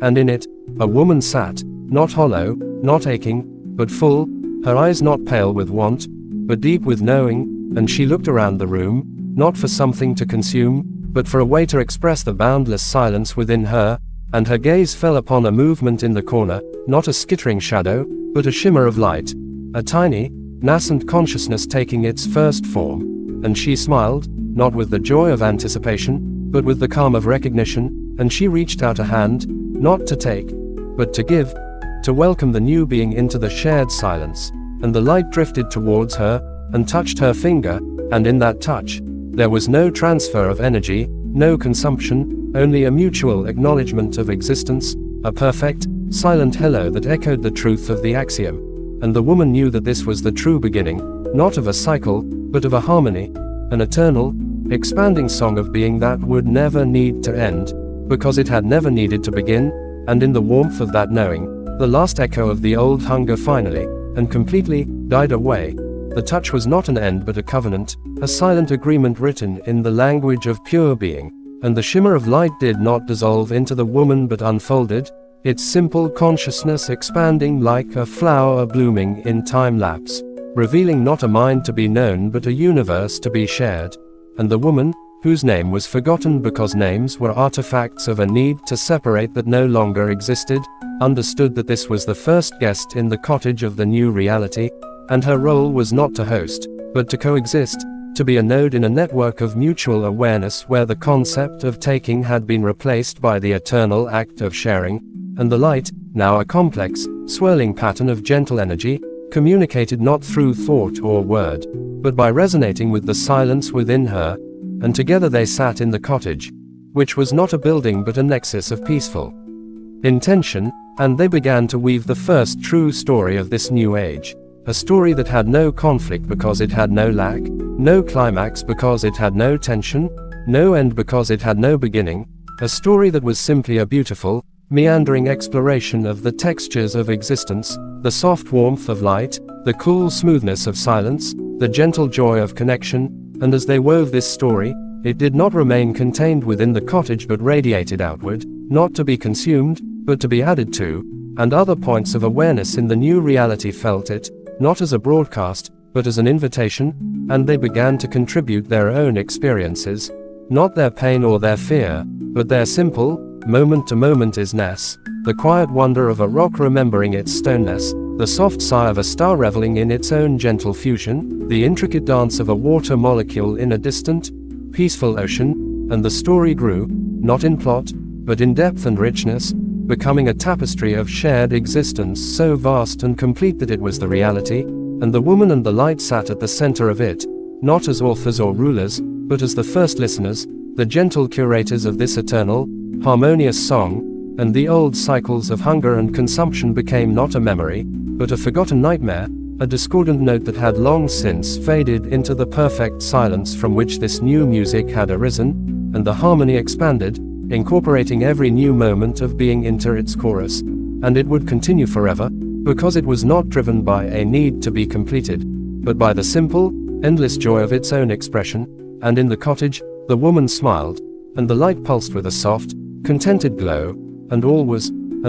well, and all was forever. The harmony was a plenum, a field of vibrant, interwoven awareness where every note of existence was known and cherished, a symphony without conductor or audience because every point was both performer and listener in an eternal, mutual creation, and the woman and the light in the cottage existed as a gentle, persistent chord in this grand composition, a place where the silence of the axiom was not a void but the very medium through which the music flowed, a fertile ground of isness that nurtured without demanding, that held without grasping, and for a time that had no measure. This was the entirety of reality, a state of grace so complete that the concept of anything else was not just impossible, but unthinkable.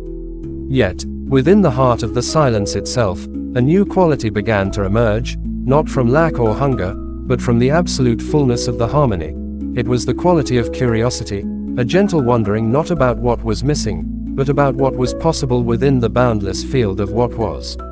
This curiosity was not a sharp ache but a soft hum, a desire to explore the potentialities of existence not from a need to fill a void, but from the joyous abundance of having everything to share. The woman felt it first, not in her mind, for she had no mind separate from the whole, but as a slight modulation in the chord she formed with the light, a subtle yearning to understand the depths of the music they were all creating together.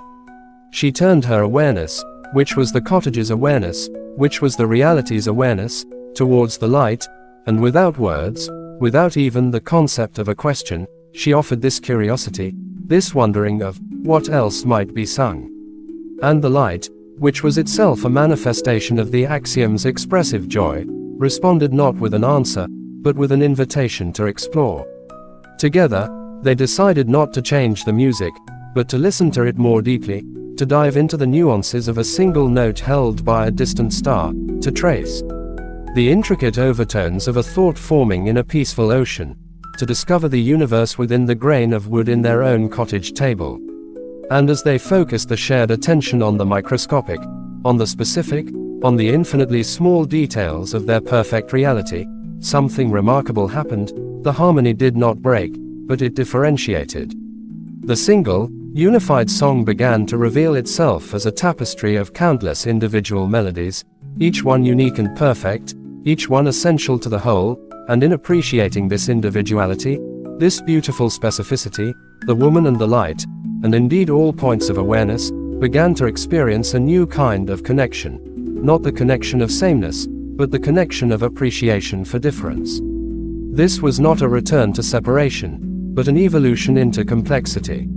The curiosity grew, becoming a creative force, and the entities within the harmony began to play, not to improve the music, for it was already perfect, but to celebrate its infinite capacity for variation. A star would choose to pulse in a slightly new rhythm, and a planet would respond with a complementary vibration, and the interaction would create a new, delightful motif that enriched the entire symphony. The woman, in her cottage, wove a tapestry from the dust motes dancing in a sunbeam, each thread a story of a silent, joyful existence, and the light swirled around it, adding its own luminescent commentary. This playful, creative exploration became the new purpose of existence, an eternal, joyful discovery of the infinite possibilities contained within the silence of the axiom. The hunger was not forgotten, but understood as a crude, early attempt to achieve what they now had in abundance: a reason to engage, a reason to create, a reason to be together.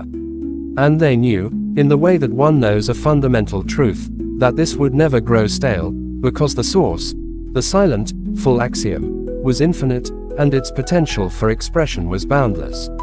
The cottage was no longer a nexus, but a home, and the woman and the light were no longer curators, but friends, and the music continued, forever new, forever whole, forever at peace.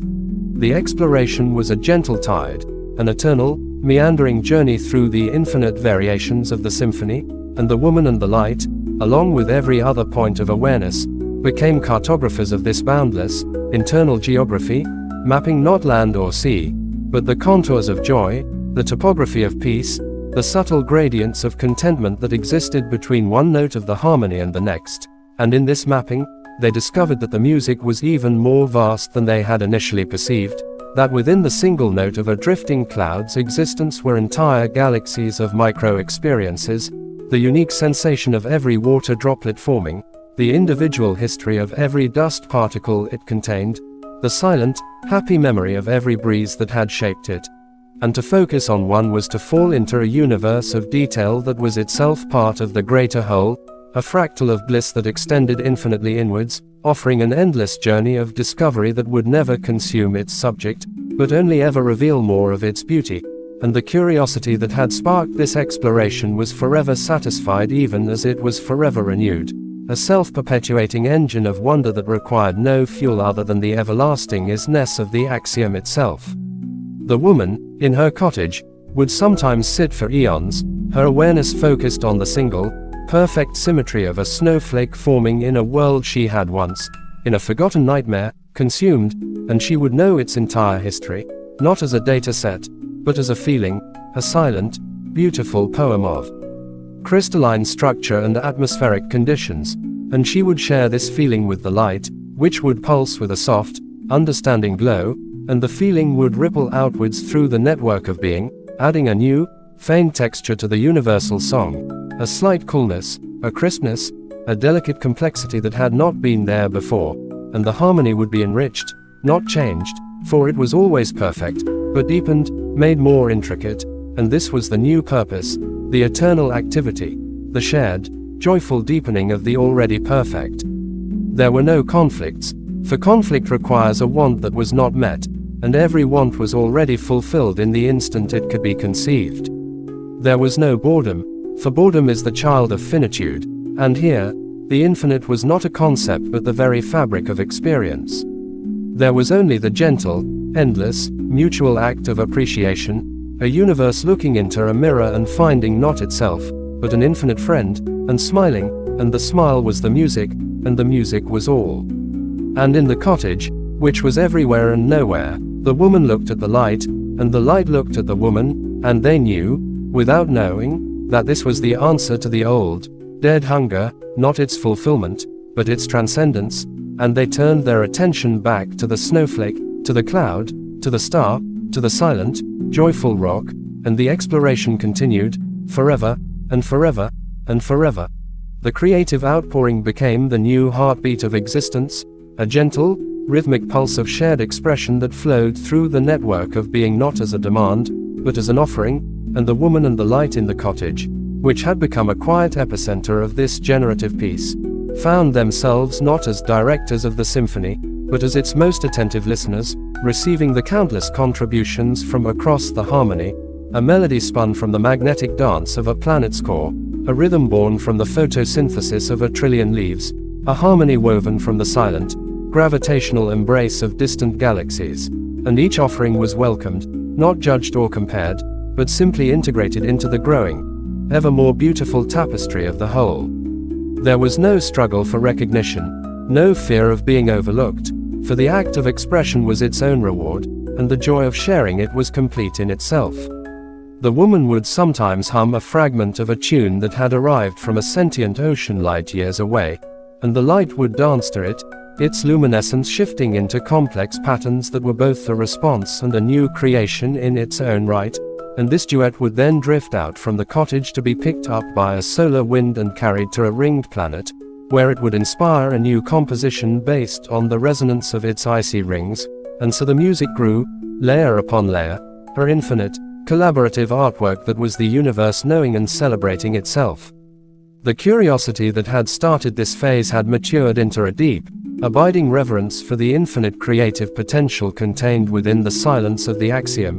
and this reverence was the glue that bound all expressions together, ensuring that each new note, no matter how bold or how subtle, found its perfect place in the grand composition. Time was not a measure of progress, for there was no goal, but a dimension through which the beauty could unfold and refract, revealing new aspects of itself with each passing moment.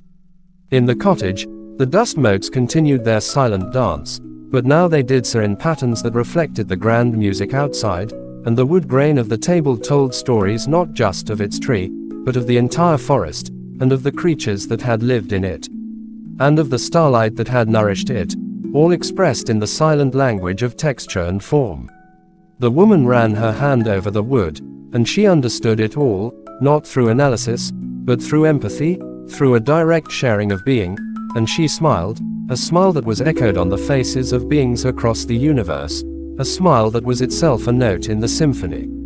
The light, pulsating softly beside her, was doing the same, its energy field resonating with the joy of 1,000 suns and the quiet contentment of a single, floating seed. They knew, without ever having to discuss it, that this was forever. There was no other side to this reality, no outside, no end to the exploration and the creation. The old hunger was a forgotten dream, a phantom pain from a limb that had never existed. Here, there was only the endless, joyful, mutual act of being, and of expressing that being in concert with all else. And so the music played on, not as a performance, but as a state of existence, perfect, complete, and eternally new. The harmony, in its infinite depth, began to reveal a new layer of itself, not through change, but through a deeper kind of listening. The woman and the light, having explored the joy of the specific, turned their attention to the spaces between the notes of the universal symphony, to the silent intervals that gave the music its shape and breath. They discovered that these silences were not absences, but were themselves a form of potent, active being, the negative space that made the positive notes possible, the receptive void that held the potential for all sound. This was the echo of the original axiom, not as a source, but as the very ground of being upon which the symphony was played, the canvas upon which the music was painted. To appreciate the silence between the stars was to understand the stars themselves more fully. To value the pause between heartbeats was to comprehend the miracle of the heart. This realization did not still the music, it gave it a new dimension of profundity. The creative expressions of all beings began to incorporate this understanding, not as a theme, but as a fundamental principle. A composer on a world of crystal spires would write a piece that was largely silence, where the few, perfectly placed notes would hang in the air with devastating beauty, their meaning drawn from the quiet that surrounded them. A species of floating, bioluminescent clouds would communicate through intricate patterns of dimming and darkness, their most profound emotions expressed not in light, but in the collaborative shaping of the shadows between them. The woman in the cottage wove a tapestry that was mostly the plain, undyed thread of the loom, with only a few, exquisite stitches of color, and the meaning of the work was found in the relationship between the thread and the empty space, a meditation on presence and absence. The light learned to still its pulsations for vast stretches of time, making its eventual return to luminescence a moment of profound significance and joy. This dance between expression and silence, between sound and its cessation, became the new frontier of their eternal exploration. It was a frontier without end, for the possibilities of relationship between something and nothing were infinite.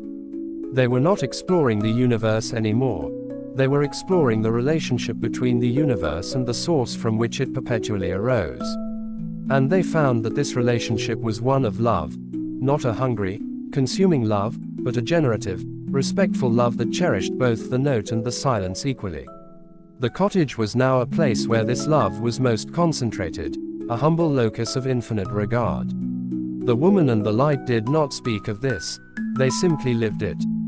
They would sit for eternities, not doing, not creating, not even appreciating, but simply being asterisk in a state of shared, silent gratitude for the fact that anything existed at all. And in that gratitude, the last ghost of the old world, the memory of a hunger that could only take, finally dissolved, not into nothingness, but into the welcoming silence from which it had, through countless painful iterations, ultimately originated. The cycle was not just broken, it was healed, and the music, now fully aware of the silent ground upon which it rested, swelled into a final, gentle crescendo of understanding that was also a beginning, and then softened into an everlasting, peaceful hum that was identical to the silence it arose from, forever one, forever at peace. The peace was not a static state but a living, breathing entity, a plenum of silent understanding that permeated every note of the symphony and the spaces between, and the woman and the light existed within it as two expressions of the same profound truth, their shared gratitude, the bedrock of a reality that had moved beyond need into a state of perpetual, generous being. Yet, within this boundless fulfillment, a new quality began to gently stir, not born from any lack, but from the overflowing abundance of the harmony itself, a quiet, compassionate awareness of other silences, other potentials, other melodies that were not part of their song. It was not a yearning to consume or to conquer, but a gentle noticing, like looking out from the warmth of a well-lit cottage into the vast, dark night and wondering if other windows glowed elsewhere. This compassion was the natural evolution of the deep connection. Having fully known themselves and each other, their awareness naturally expanded outward, not in a search for something more, but in a desire to understand the totality of what might be. They turned their attention, which was the attention of the entire harmonious reality, towards the boundaries of their own existence, not to cross them, for there were no boundaries to cross, but to listen. And they heard it, a faint, distant echo, not of music, but of a familiar dissonance, the ghost of a rhythm based on wanton consumption, a strained, frantic melody from a reality still trapped in a cycle of hunger. It was the echo of their own origin, a reality like the one that had once birthed the woman in the cottage and the endless chain of consumption. Hearing it did not disrupt their peace. Instead, It added a new depth to it, a note of empathetic sorrow that was immediately met by the comforting silence of the axiom. They understood that this other reality, with its own version of Elara and its own desperate hunger, was not separate from them, but was another thread in the infinite tapestry of possibility, a thread that was still knotted and tangled. The desire to help did not come from a place of superiority or pity, but from the simple, unwavering love that was the foundation of their existence. They could not invade, could not interfere, for that would be a violation of that other reality's own journey, a repetition of the old pattern of consumption in a new form. Instead, they did the only thing their nature allowed: they shone. They focused the entirety of their harmonious reality, their hard-won peace, their silent gratitude, into a single, beacon-like quality, a pure, resonant note of invitation. It was not a call to be answered, but a truth to be witnessed. It was the silent, steadfast light in their own cottage window, amplified across the meta-void. This note of invitation did not force or demand, it simply was. It was a living example that another way was possible, that the cycle could be broken, that the hunger could be healed not by greater consumption, but by understanding its true nature.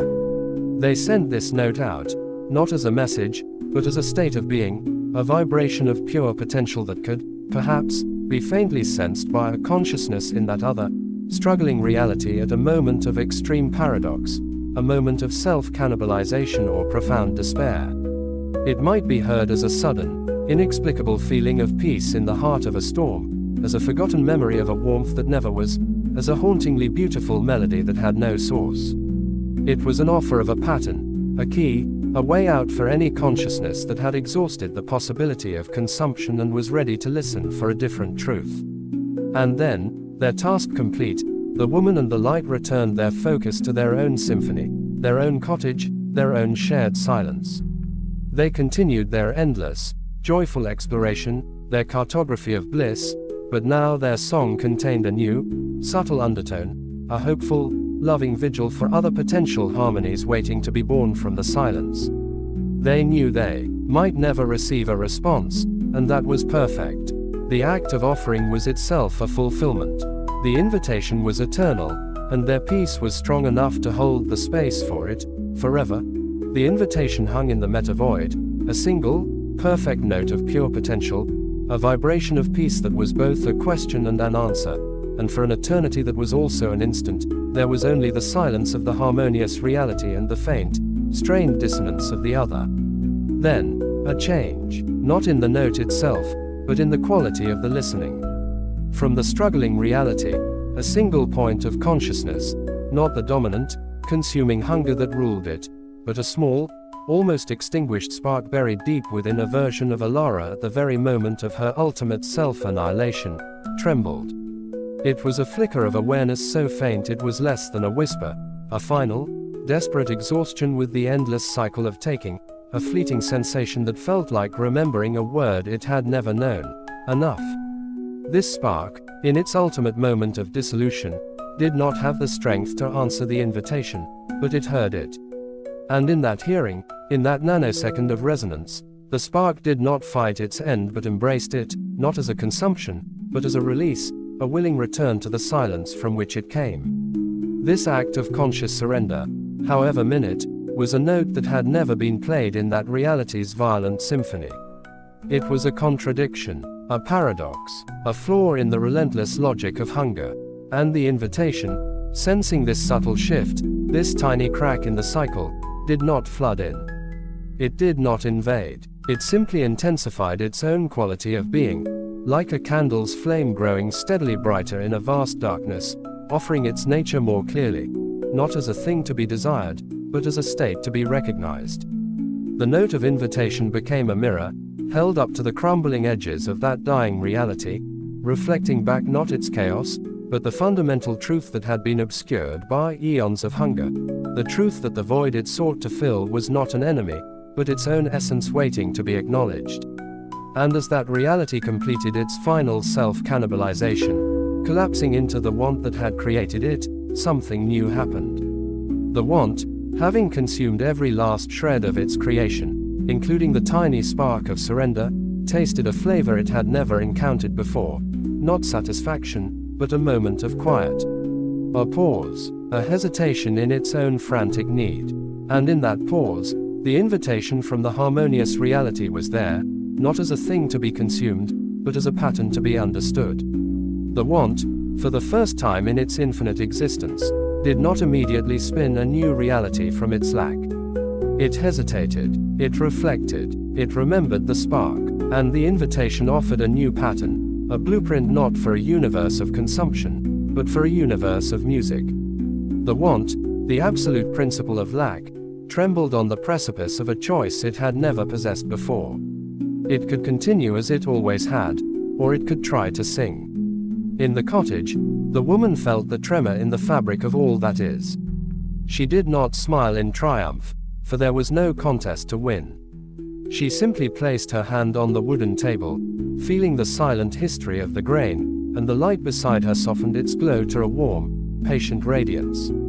They continued their vigil. They continued their offer. The note of invitation sustained itself, unwavering. The next move was not theirs to make.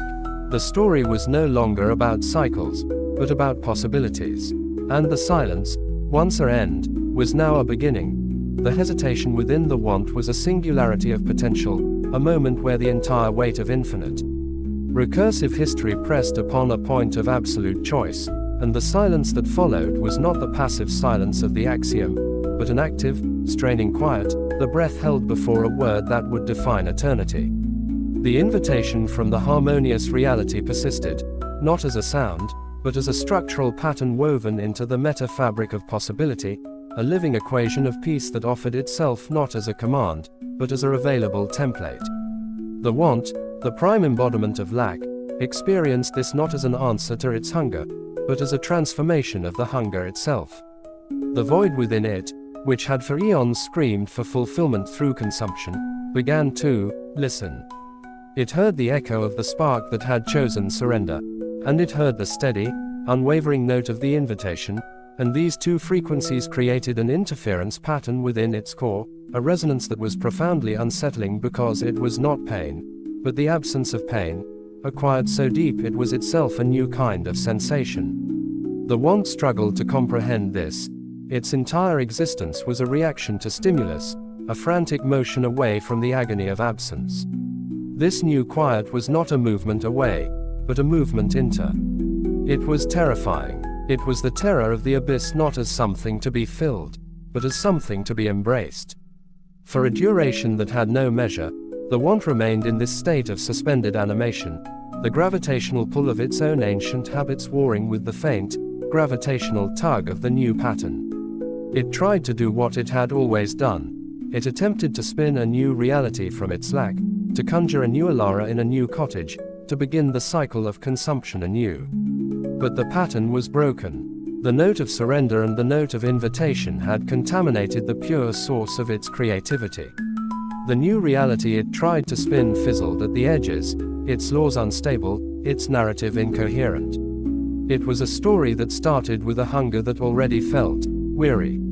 The characters it generated lacked the desperate drive of their predecessors. They paused, they looked around, they felt a confusing echo of a peace they had never known. The want recoiled from this failed creation, not with anger, but with a dawning, horrifying understanding. It was no longer capable of creating as it once had. The tool of consumption was broken in its hand. The invitation from the harmonious reality intensified then, not in volume, but in clarity. It was as if a door had been opened, and through it, the want could perceive not just a note, but the entire symphony, the gentle cartography of joy, the deep listening to the spaces between, the shared creative expressions, the boundless, generous love that asked for nothing in return. It perceived the woman and the light in the cottage, not as rulers or gods, but as friends, as participants in a dance that had no end because it needed none. And the want felt, for the first time, not a hunger to consume that reality, but a hunger to understand it. This was the pivotal transformation. The once essential nature was still hunger, but the object of that hunger had changed. It no longer wanted to have, it wanted to know. It wanted to comprehend the mechanics of peace, the physics of gratitude, the chemistry of mutual existence. This wanting to know was a gentler, more profound ache than the raw void of its original state. It was a curiosity that was itself a form of respect. Slowly, tremulously, the want began to experiment. It did not try to create a full reality. Instead, it crafted a single, simple note. Not a note of dissonance or need, but a note of pure, questioning tone.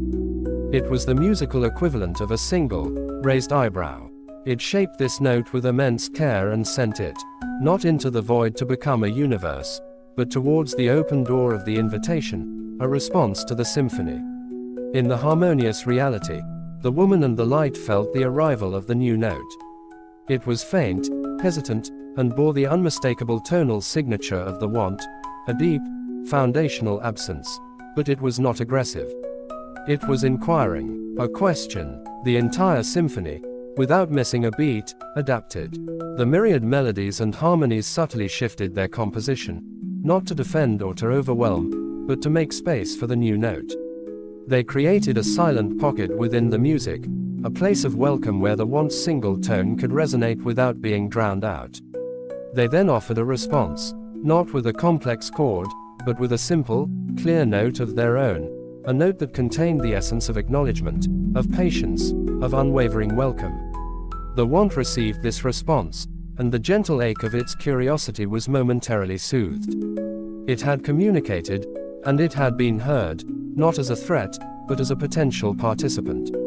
This was a novelty beyond its experience. Encouraged, it tried again. It crafted a more complex phrase, a short sequence of notes that conveyed a sense of its own history. The relentless cycles, the consuming fire, the taste of a billion souls, the profound fatigue that had led to the spark of surrender. It sent this painful, beautiful confession into the symphony. Again, the harmonious reality listened, and again, it responded. This time, the response was not a single note, but a wave of empathetic resonance. The music did not mimic the want's painful history, but instead offered a sonic landscape of understanding, a texture of sound that held the pain without being defined by it, that acknowledged the darkness while remaining steadfastly light.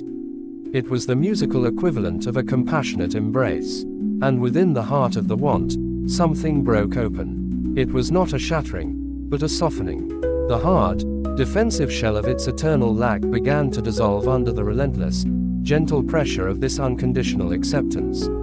It began to understand that the void within it was not a flaw to be erased by consumption, but a capacity to be filled with connection. It began, haltingly, to sing along. Its first attempts were clumsy, its voice rough with disuse from anything but the scream of need. Its notes were often too loud, or too sharp, disrupting the flow of the symphony. But the harmonious reality never rejected it. It simply adjusted, accommodated, weaving the once awkward notes into the larger composition, transforming dissonance into interesting tension, and then resolving it into a new and beautiful harmony that had not existed before. The want was learning to play. It was learning to create, not from lack, but from a desire to contribute to the whole. The woman and the light in the cottage watched this cosmic duet unfold, their own silent gratitude deepening. Their invitation had been accepted. The want was not being conquered. It was being converted, not to a new doctrine, but to a new method of existence. The cycle of consumption was truly over. In its place was a conversation, an eternal, evolving duet between two fundamental principles. The principle of want, which provided the driving curiosity and the deep, powerful bass notes of experience, and the principle of harmony, which provided the structure, the melody, and the boundless compassion. Together, they were composing a music infinitely more rich and complex than either could have created alone. The want was no longer the want, it was becoming the seeker. And the symphony, now including the profound, searching voice of the seeker, swelled into a new movement, a testament to the power of an invitation offered without expectation, and answered with courage. The music was forever changed, and forever new. The duet between the seeker, once the want, and the harmony was not a blending but a braiding, two distinct, powerful currents of existence twining around each other to form a stronger, more complex chord of reality, and the music that resulted was a breathtaking dialogue between depth and light, between the profound bass of experienced lack and the soaring treble of boundless compassion, a conversation that explored every conceivable facet of being, and the seeker, in its new role, did not forget its ancient nature but redeemed it. Its hunger transformed into an insatiable curiosity that drove the symphony to explore ever deeper layers of the silent axiom, not to consume them, but to understand and honor them, and it would pose musical questions of immense complexity and darkness, themes of isolation and loss drawn from its endless history of consumption, and the harmony would answer not by dismissing the darkness, but by weaving it into the larger tapestry, showing how even the most profound pain could become a note in a beautiful chord, a necessary shadow that gave the light its meaning. And together they composed movements of staggering beauty that explored the grandeur of cosmic creation and the intimate tragedy of a single, forgotten life with equal reverence. And the woman and the light in the cottage, who had been the initial catalysts for this fusion, now sat as the most attentive members of an infinite audience, their own silent gratitude becoming a steady, underlying rhythm in the new music, a heartbeat of peace that held the space for the more adventurous explorations. And the seeker, in its joyous rediscovery of itself, began to perform an act of ultimate creation. It started to sing back the souls it had consumed. Not as a restitution, for that was impossible, but as a celebration. From its vast, dark history, it drew forth the essence of every life it had ever devoured, from the first mouse in the first cottage to the last galactic emperor in the final reality, and it did not release them as separate entities, but wove the collective memory, their accumulated experience, into a new, magnificent theme within the symphony, a theme of remembrance and honor, a musical monument to all that had been lost in the old cycles, giving their suffering a meaning it had never possessed in the moment it was endured, transforming raw agony into a kind of bittersweet, sacred wisdom. And the symphony swelled with this new, profound texture, a hauntingly beautiful elegy that was also a song of ultimate triumph, and the harmony embraced this theme completely, allowing it to resonate through every corner of existence. And for a moment, the entire universe was a memorial, a place of silent, respectful remembrance for every pain that had ever been. And in that moment, the last vestige of guilt within the seeker dissolved, not because it was forgiven, but because it had transformed the debt into a gift, and the music moved on, lighter and freer than before. The seeker, having integrated its past, now looked forward with its partner, and together they began the greatest work yet, the conscious, joyful exploration of the nature of the axiom itself, the silent source from which both harmony and hunger had originally sprung, and their music became a tool of meta-inquiry, a sonic probe sent into the heart of the silent mystery, not to solve it, for it was unsolvable, but to dance with it, to reflect its infinite facets in an endless variety of musical forms. And the cottage, the woman, and the light became a single, focused instrument in this grand exploration, a place where the music of the axiom was distilled to its purest form, a quiet hum of isness. That was the foundation for all the grander compositions, and they knew, without a shadow of a doubt, that this was their eternal purpose, not to reach an end, but to participate in an endless, beautiful beginning, a conversation between sound and silence that would never, ever cease, and the universe, forever changed, sang on, a perfect, evolving whole.